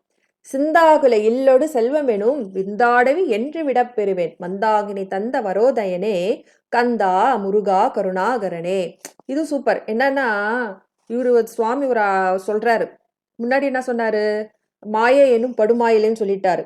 மின்னே நிகர் வாழ்வு, மின்னலை போன்று நிகரில்லாத வாழ்வுன்னு சொல்லிட்டாரு. இன்னொன்னு பாழ்வாழ்வு எனும் படுமாயிலேன்னு சொல்லிட்டாரு. ஆனா இந்த இடத்துல அப்படியே சொல்லிட்டு இந்த இடத்துலயும் அப்படியே சொல்றாரு சுவாமி. இல்வாழ்க்கை அப்படின்னு சொல்லிட்டு ஒரே துன்பத்தை கொடுத்துட்ட, மக்கட் செல்வம் பொருள் செல்வம் எல்லா வகையான செல்வத்தை அனுபவிக்கிறதுக்கு போகமும் கொடுத்துட்ட, அதனால எனக்கு துன்பமும் வருது. அந்த துன்பம் எந்த அளவுக்கு இருக்குது? விந்திய காட்டு மலை மாதிரி இருக்குது. அந்த துன்பத்தை நீக்கு அப்படின்னு சொல்றாரு. அது அழதான். அதுதான் இந்த பாடல். அது சிந்தாகுல இல்லோடு. இது எப்படி படிக்கணும்னா, இது பாடல் வழிமுறை எப்படின்னா, அந்த படிக்கிற முறை சிந்தாகுல இல்லொடு செல்வம் எனும் விந்தாடவி என்று விடப் பெறுவேன் மந்தாகினி தந்த வரோதயனே கந்தா முருகா கருணாகரனே அப்படின்னு சொல்ற. சரி, இது கடைசி துதி எடுத்துக்கணும். சரி சரி. ஓகே, கடைசி 2 லைன் எடுத்துக்கணும். மந்தாகினி தந்த வரோதயனே கந்தா முருகா கருணாகரனே சுவாமியை துதி செஞ்சுட்டு சிந்தாகுல இல்லோடு செல்வமெனும் விந்தாடவி என்று விடப் பெறுவேன் அப்படின்னு கேட்கிறாரு. மந்தாகினினா என்ன? கங்காமா தான். கேதாரத்துல அந்த கங்காமா பேரு மந்தாகினி அப்படின்னு இருக்கும். அந்த கங்கா ஒரு ஊர்ல வேற காலாப்பணின்ற ஊர்ல கங்கா தான் ஓடுவாங்க. அந்த அம்மா பேரு என்ன? காளி கங்கா அப்படின்னு சொல்லிட்டு அந்த ஊர்ல பேரு. கேதாரத்துல மந்தாகினி அப்படின்னு அந்த அம்மாவுக்கு பேரு. மந்தாகினி தந்த வரோதயனே கந்தா. அதாவது மந்தாகினி அப்படின்னா அதுதான் கந்த புராண வரலாறு எடுத்துக்கணும். அதாவது கங்கா மாதாவுக்கு உபச்சாரமாக சொல்றது. அந்த கங்கா மாதாவின் தந்த அப்படின்னா அவங்க கங்கா மாதா கிட்ட இருந்து தான் வந்துதா அப்படின்னா சுவாமி இல்ல. வாயு பகவான் அக்னி பகவான் மந்தாகினி அந்த கங்கா மாதாவில போட்டுட்டு அந்த அம்மா சரவண பொய்கைக்கு கூட்டிட்டு போயிடுவாங்க, எடுத்துட்டு போயிடுவாங்க. மந்தாகினி தந்தன்னா கங்கா நதி தந்த தாங்கி கொடுத்த, அவங்க தாங்கிட்டு தானே எடுத்துட்டு போனாங்க சரவண பொய்கலாம். அந்த ஜோதி ஸ்வரூபனாக அந்த அருவுருவமாக இருந்த அந்த முருகப்பெருமானே இந்த ஜோதி ஸ்வரூபத்தை தாங்கி சரவண பொய்கைக்கு கூட்டிட்டு போனாங்க இல்லையா? மந்தாகினி தந்த அந்த கங்கா நதி தாங்கி கொடுத்த வரோதயனே கந்தா. அதாவது தேவர்கள்லாம் என்ன பண்ணாங்க?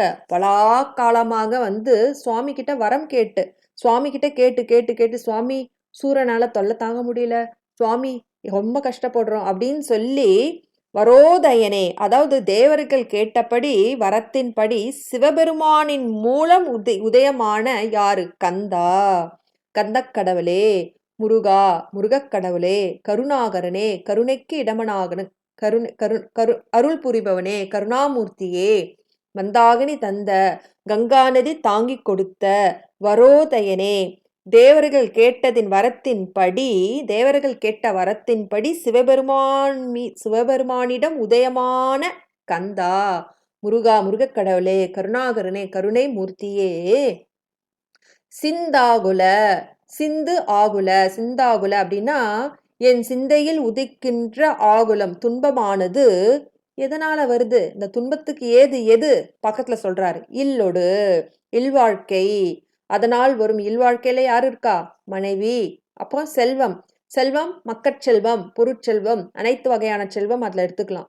அதாவது இல்வாழ்க்கை, செல்வம், எனும் இந்த இரண்டால தான் என்ன வருது? சிந்தாகுல, சிந்தையில் உதிக்கின்ற அந்த துன்பமானது, அந்த துன்பருக்கு ஏது எது? இல்லொடு, இல்வாழ்க்கை, செல்வம், செல்வம் எனும் இது இந்த ரெண்டு துன்பம் எப்படி இருக்குதான்? விந்து அடவி, விந்தாடவி, அடவினா காடு, விந்தியமலை காடு அளவுக்கு இருக்குதான் அந்த காட்டு. ஏன்னா அந்த காடு வந்து ரொம்ப படர்ந்து இருக்குமா. அது போனா எப்படி போய் வெளியில வருதுன்னு தெரியாதாம், போய் சிக்கிக்குவோமா. அந்த மாதிரி இந்த இல்லோடு, இந்த இல்வாழ்க்கை, அப்புறம் மக்கட்செல்வம், எல்லா பொருட்செல்வம், எல்லா செல்வத்தாலையும் ரொம்ப துன்பம் தான் முருகா. அந்த துன்பம் எந்த அளவுக்கு இருக்குது? விந்தியமலை காடு அளவுக்கு இருக்குது. நானே மாட்டிக்கிட்டேன். இதுல இருந்து என்று விட பெறுவேன்? இதுல இருந்து எப்பொழுது அதுல இருந்து விட்டு நீங்க பெறுவேன்? இதுல இருந்து எப்போ விடுதலை எனக்கு அப்படின்னு சார் கேட்கிறார். முருகா, இந்த துன்பத்திலிருந்து எனக்கு விடுதலை கொடு அப்படின்னு கேட்கிறார்.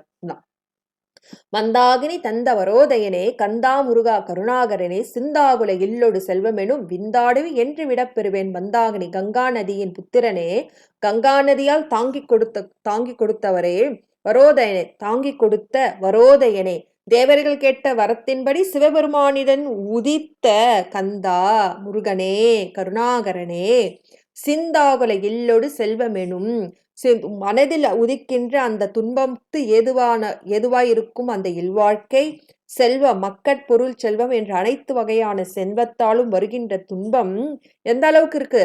விந்தடவி, விந்தியமலை காடு போல இருக்கின்றது. இதனை என்று விட பெறுவேன்? இதை விட்டு நான் எப்பொழுது நீங்க பெறுவேன்? முருகா, எனக்கு அருள்வாயாக அப்படின்னு சொல்றாரு. சரிங்களா? அடுத்தது போலாமா? இதுதான் சிந்தாகுல மந்தாகினி தந்த வரோதயனே, கந்தா முருகா கருணாகரனே, சிந்தாகுல இல்லொடு செல்வமெனும் விந்தாடவி என்று விட பெறுவேன் கேட்கிறாரு சுவாமி கிட்ட. அடுத்தது போலாமா? அடுத்தது சரி. அடுத்தது மாதர் மையல். பொது மாதர் மையல்ல இருந்து முன்னாடி என்ன கேட்டாரு? இல்லோடு மனைவி, கட்டின மனைவியாலேயும் வந்து துன்பம், மக்களால துன்பம், பொருள் செல்வம், மண்ணு அதுலயாலும் உற்றார் எல்லாத்தாலையும் துன்பம். இப்போ சிங்காரம் அடந்தை பொது மாதர், அந்த மோகத்தையும் என்னை எடுத்துரு, அது எல்லாத்தையும் எடுக்கிறாரு. கற்ற கல்வி, செருக்கு, கற்ற கல்வியால நம்மளுக்கு என்ன வரும்? செருக்கு. அப்பேற்பட்ட கல்வி எனக்கு வேண்டாம், அது அந்த செருக்கை எனக்கு கொடுக்காத. அப்புறம் வாழ்க்கை என்னும் படுமாயை, வாழ்க்கையில யார் யார் இருக்கா? மக்கள், மனைவி, செல்வம், நிலம், பலம் எல்லாம் இருக்கு, அதுவும் வானாம். மித்தது அப்படி வானால்னா கூட இந்த பொது மாதர் வந்து மயக்குவாங்க, அந்த மோகத்தை கொடுப்பாங்க. சன்னியாசி ஆனா கூட சன்னாசியா மாத்தி விட்டுருவாங்களாம். அந்த மோகத்தை எனக்கு கொடுக்காத அப்படின்னு சொல்றாரு. சரி. சிங்கார மடந்தைய தீநெறி போய் மங்காமல் எனக்கு வரம் தருவாய். சங்கிராம சிகாவல ஷண்முகனே சங்கிராம சிகாவல ஷண்முகனே, கங்காநதி பால கிருபாகரனே. இதுவும் அதேதான். சங்கிராம சிகாவல ஷண்முகனே, கங்கா நதி பால கிருபாகரனே. முன்னாடி என்ன சொன்னாங்க? கருணாகரனே, கிருபாகரனே எல்லாம் ஒண்ணு. கருணைக்கிடமானவரே. சிங்கார மடந்தைய தீநெறி போய் மங்காமல் எனக்கு வரம் தருவாய். சரி. சங்கிராம சிகாவல, சங்கிராமனா போர் செய்யக்கூடியது, சிகாவலனா மயில். அந்த மயில் என்ன பண்ணுமா? போர் செய்யக்கூடிய மயிலாம். மயிலை மட்டும் சுவாமி தனியா போய் படையை அழிச்சிட்டு வான்னா அப்படியே அழிச்சிட்டு வந்துடும். கந்தர் அலங்காரத்துல சொல்றாங்க, இந்த மயிலின் பராக்கிரமத்தை சொல்றாங்க. மயிலு கிட்ட கூட வரலையாம். மயில் சும்மா அந்த தோகையை தான் அசைச்சுதான். மயில் என்ன பண்ணுச்சான்? தோகையை அசைச்சுதான். அந்த தோகையில என்ன வந்துச்சான்? காற்று வந்துச்சான். அந்த காற்று வந்து என்ன பட்டுச்சுன்னா, ஆதிசேஷன்ல வந்து யார் படுத்துட்டு இருக்கா? திருமால் யோக நித்திரை பண்ணிட்டு இருக்காரு. அப்ப அந்த மயில் எங்கேயோ தோகை அசைச்சுதா, பக்கத்துல வந்து காத்து பட்டுச்சா, அந்த காத்துல பட்டு என்ன பண்ணும்? ஆதிசேஷனுக்கு 1000 பணாமுடியா, அதுல இருக்கிற வந்து மாணிக்கக்கல் எல்லாம் கீழே ஊந்துருச்சான். ஆதிசேஷனா ஆட்டம் காட்டிடுச்சான், நல்லா ஆடிடுச்சான். காத்து அவ்வளோ ஃபோர்ஸ் காத்து. அந்த ஆட்டத்துல என்ன ஆச்சான்? திருமாலே வந்து ஆதிசேஷன்ல இருந்து கீழே ஊழ்ந்துட்டாராம். அப்ப மயிலின் காலில் என்னென்ன இருக்கு அப்படின்னு கேட்டா, ஆதிசேஷன் இருக்குதான். அந்த ஆதிசேஷன் பணாமுடியில இருக்கிற மாணிக்க கல்லு கீழே கிடக்குதான். அது மட்டும் இல்ல, அந்த திருமால் கையில சங்கு சக்கரெல்லாம் கீழே ஊந்துடுச்சான். ஏன் திருமாலே கீழே ஊந்துட்டாரு அப்படின்னு சொல்றாங்க. அப்போ அப்பேற்பட்ட அந்த மயில் பராக்கிரமத்தை கந்தர் அலங்காரத்துல சொல்லுவார் சுவாமி. ஒண்ணு. சிங்கார அது சங்கிராம சிகாவல. அப்போ சிகாவலன்னா அந்த மயில் வந்து போர் செய்யக்கூடிய மயில். எல்லாம் வெல்லக்கூடிய வல்லபமுடைய அந்த மயில். ஷண்முகனே, 6 முகத்தை உடையவனே, கங்கா நதி பால. இப்ப கங்கா நதி பாலம்னா கங்கா நதி புத்திரரே, கங்கா நதியால் தாங்க பெற்றவரே. இது உபச்சாரமாக அந்த அம்மாவுக்கு பெருமை சேர்க்கிறது. கிருபாகரனே, கருணாமூர்த்தியே, சிங்காரம் அடந்தையர் தீநெறி போய். சிங்காரம் அடந்தையர். அப்போ புதுமாதர்லாம் என்ன பண்ணுவாங்க, சும்மா இருக்க மாட்டாங்க. நல்லா மேக்கப் போட்டுக்கிட்டு, நல்ல ஆடை அலங்காரம், நல்ல பர்ஃப்யூமு, நல்ல அந்த கந்தமான பொருட்கள் எல்லாம் போட்டுட்டு, மடந்தையர் யாரு, பெண்கள். சிங்காரம்னா நல்லா சிங்காரிச்சுக்கிட்டு, மடந்தையர் அந்த பெண்கள்.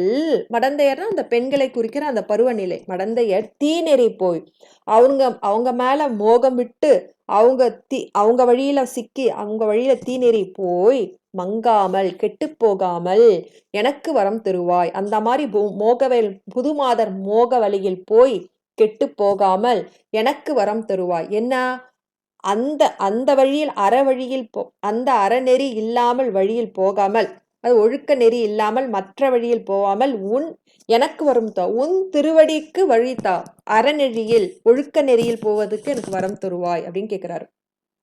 சிங்கார மடந்தையர் தீநெறி போய். சிங்கார மடந்தையர்னா நல்லா நல்லா சிங்காரிச்சுக்குவாங்க, நல்லா வந்து அவங்க மேக்கப் போட்டுக்குவாங்க, அலங்கரித்துக்குவாங்க. அந்த மாதிரி மடந்தையர் பொது மாதர் தான் சொல்றாங்க. பத்தினி பெண்கள் கட்டின மனைவி பத்தி சொல்லல. அவங்க தீ வழியில போயிட்டு மங்காமல் கெட்டு போகாமல் எனக்கு வரம் தருவாய். எப்போ எனக்கு அடியனுக்கு என்ன வரம் தருவாய், அந்த மாதிரி ஒழுக்கம் இல்லாத நெறியில் போய் கெட்டு போகாமல் உன் திருவடி பெற்றுக்காக எனக்கு வரம் தரு, அங்கிருந்து மீட்டு எடுத்துட்டு வாயன அப்படின்னு கேட்கிறாரு. அதுதான் சங்கிராம சிகாவல, போர் வெல்லக்கூடிய, போரில் வெல்லமை சங்கிராமன்னா போரில் வெல்லக்கூடிய எல்லா வல்லமை பெற்ற சிகாவல மயில் உடைய ஷண்முகனே, 6 முகத்தை உடையவனே, கங்காநதி பால, கங்காநதியின் மைந்தனே, கிருபாகரனே, கருணைக்கு இடமானவரே, சிங்கார மடந்தையர் தீநெறி போய், நல்லா அலங்கரித்து கொள்ளும் பொது மாதரின் அந்த தீய வழியில் போய் மங்காமல் கெட்டு போகாமல் எனக்கு வரம் தகவ, அதிலிருந்து காப்பாற்றி ஒழுக்க நெறியில் அறநெறியில் போகுமாறு எனக்கு அருள் புரிவாயாக அப்படின்னு சொல்றாங்க. சரி, இந்த இன்னும் ஒரு பாட்டு பாடிட்டு நம்ம நிறுத்திக்கலாம். ரேமாம்மா, மணி என்னங்கம்மா, 11 ஆயிடுச்சுங்களா? 11:48. சரி, இந்த ஒரு பாடலோட பாடி நிறுத்திக்கலாங்களா நம்ம?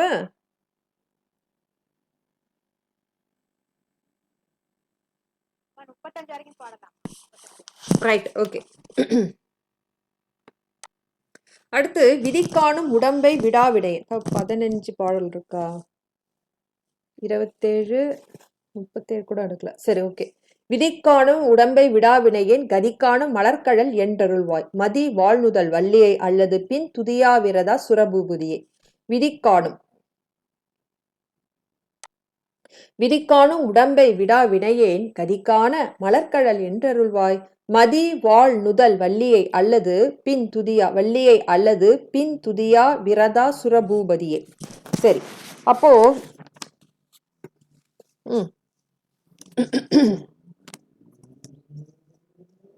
சரி, இது வந்து எதுனா மதி, அதாவது இந்த இன்னொரு ஒரு பாடல் வரும். பாழ்வாழ்வு எனும் படுமாயிலே வீழ்வாய் என விதித்தனையே. இந்த படுகுழியில போ என்று என் தலையெழுத்தை எழுதி வச்சுட்டே முருகா அப்படின்னு கேட்பார்ல, அது மாதிரிதான் விதிக்காணும், அதாவது பிரம்மதேவனால் கொடுக்கப்பட்ட இந்த உடம்பு எதுக்கு, வினை செய்வதற்காக கொடுக்கப்பட்ட உடம்பு. அப்போ இந்த உடம்ப பெற்ற நான் இந்த உடம்பை எப்போது நீக்கப் பெறுவேன், உன் திருவடி பேற்று எனக்கு எப்போது கிடைக்கும் அப்படின்னு கேட்கிறாரு. சரி, மதி கடைசி 2 வரி பார்த்துக்கலாம். இது ஒரு தடவை படிச்சு காட்டிடுறேன். விதிக்காணும் உடம்பை விடாவிடையேன் கதிக்கான மலர்கழல் என்றருள்வாய் முருகா. மதி வாழ் நுதல் வள்ளியை அல்லது பின் துதியா விரதா சுரபூபதியே. மதி வாழ் நுதல். மதி அப்படின்னா இந்த இடத்துல அந்த 8ஆம் நாள் மதி வந்து 8ஆம் நாள் எப்படி இருக்கும், அஷ்டமி நாள் எப்படி இருக்கும், பிறைச்சந்திரன். அந்த மாதிரி நுதல்னா நெற்றி, வள்ளியம்மாவோட நெற்றி எப்படி இருக்குதான், பிறைச்சந்திரன் மாதிரி இருக்கா அந்த நெற்றி.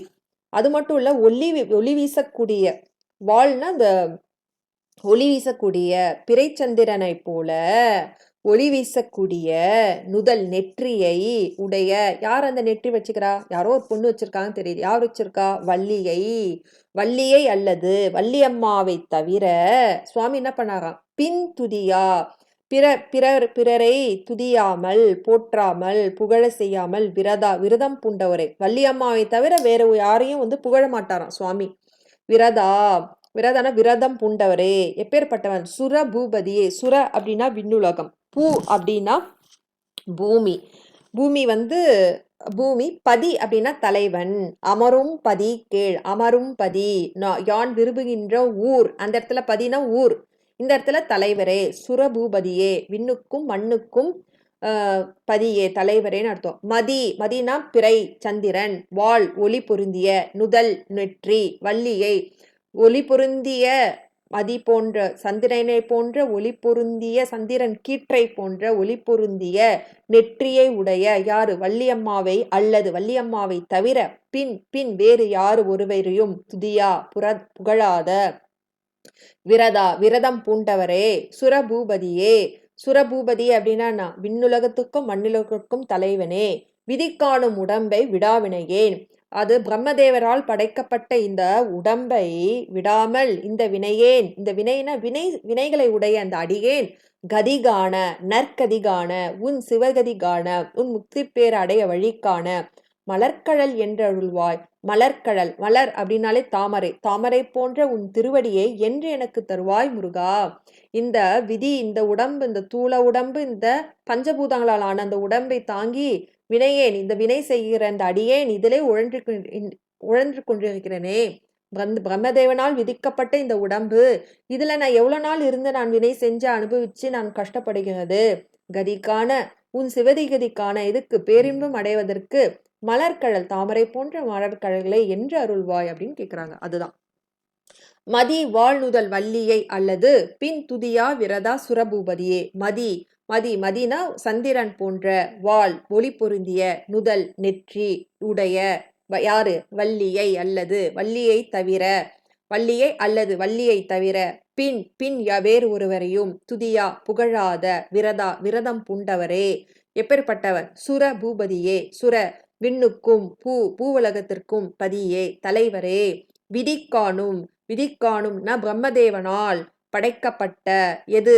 உடம்பை, இந்த உடம்பானது விடாமல் வினையை உடையதனால் நான் வினையேன், இந்த வினையேன் கதிக்கான, உன் சிவகதி அடைய மலர்கழல் தாமரை போன்ற உன் திருவடியை என்றருள்வாய் அப்படின்னு கேட்குறாங்க. இதுதான் விதிக்கானும் உடம்பை வினையேன் கதிக்கான மலர்கழல் என்றருள்வாய். மதிவாழ்நுதல் வள்ளியை அல்லது பின் துதியா விரதா சுரபூபதியே என்று இந்த அளவில் நிறைவு பண்ணிட்டு நாளைக்கு மிச்சம் இருக்கிற பாடலை பூர்த்தி பண்ணிடலாம். கந்தர் அனுபூதி பூர்த்தி பண்ணிடலாம்.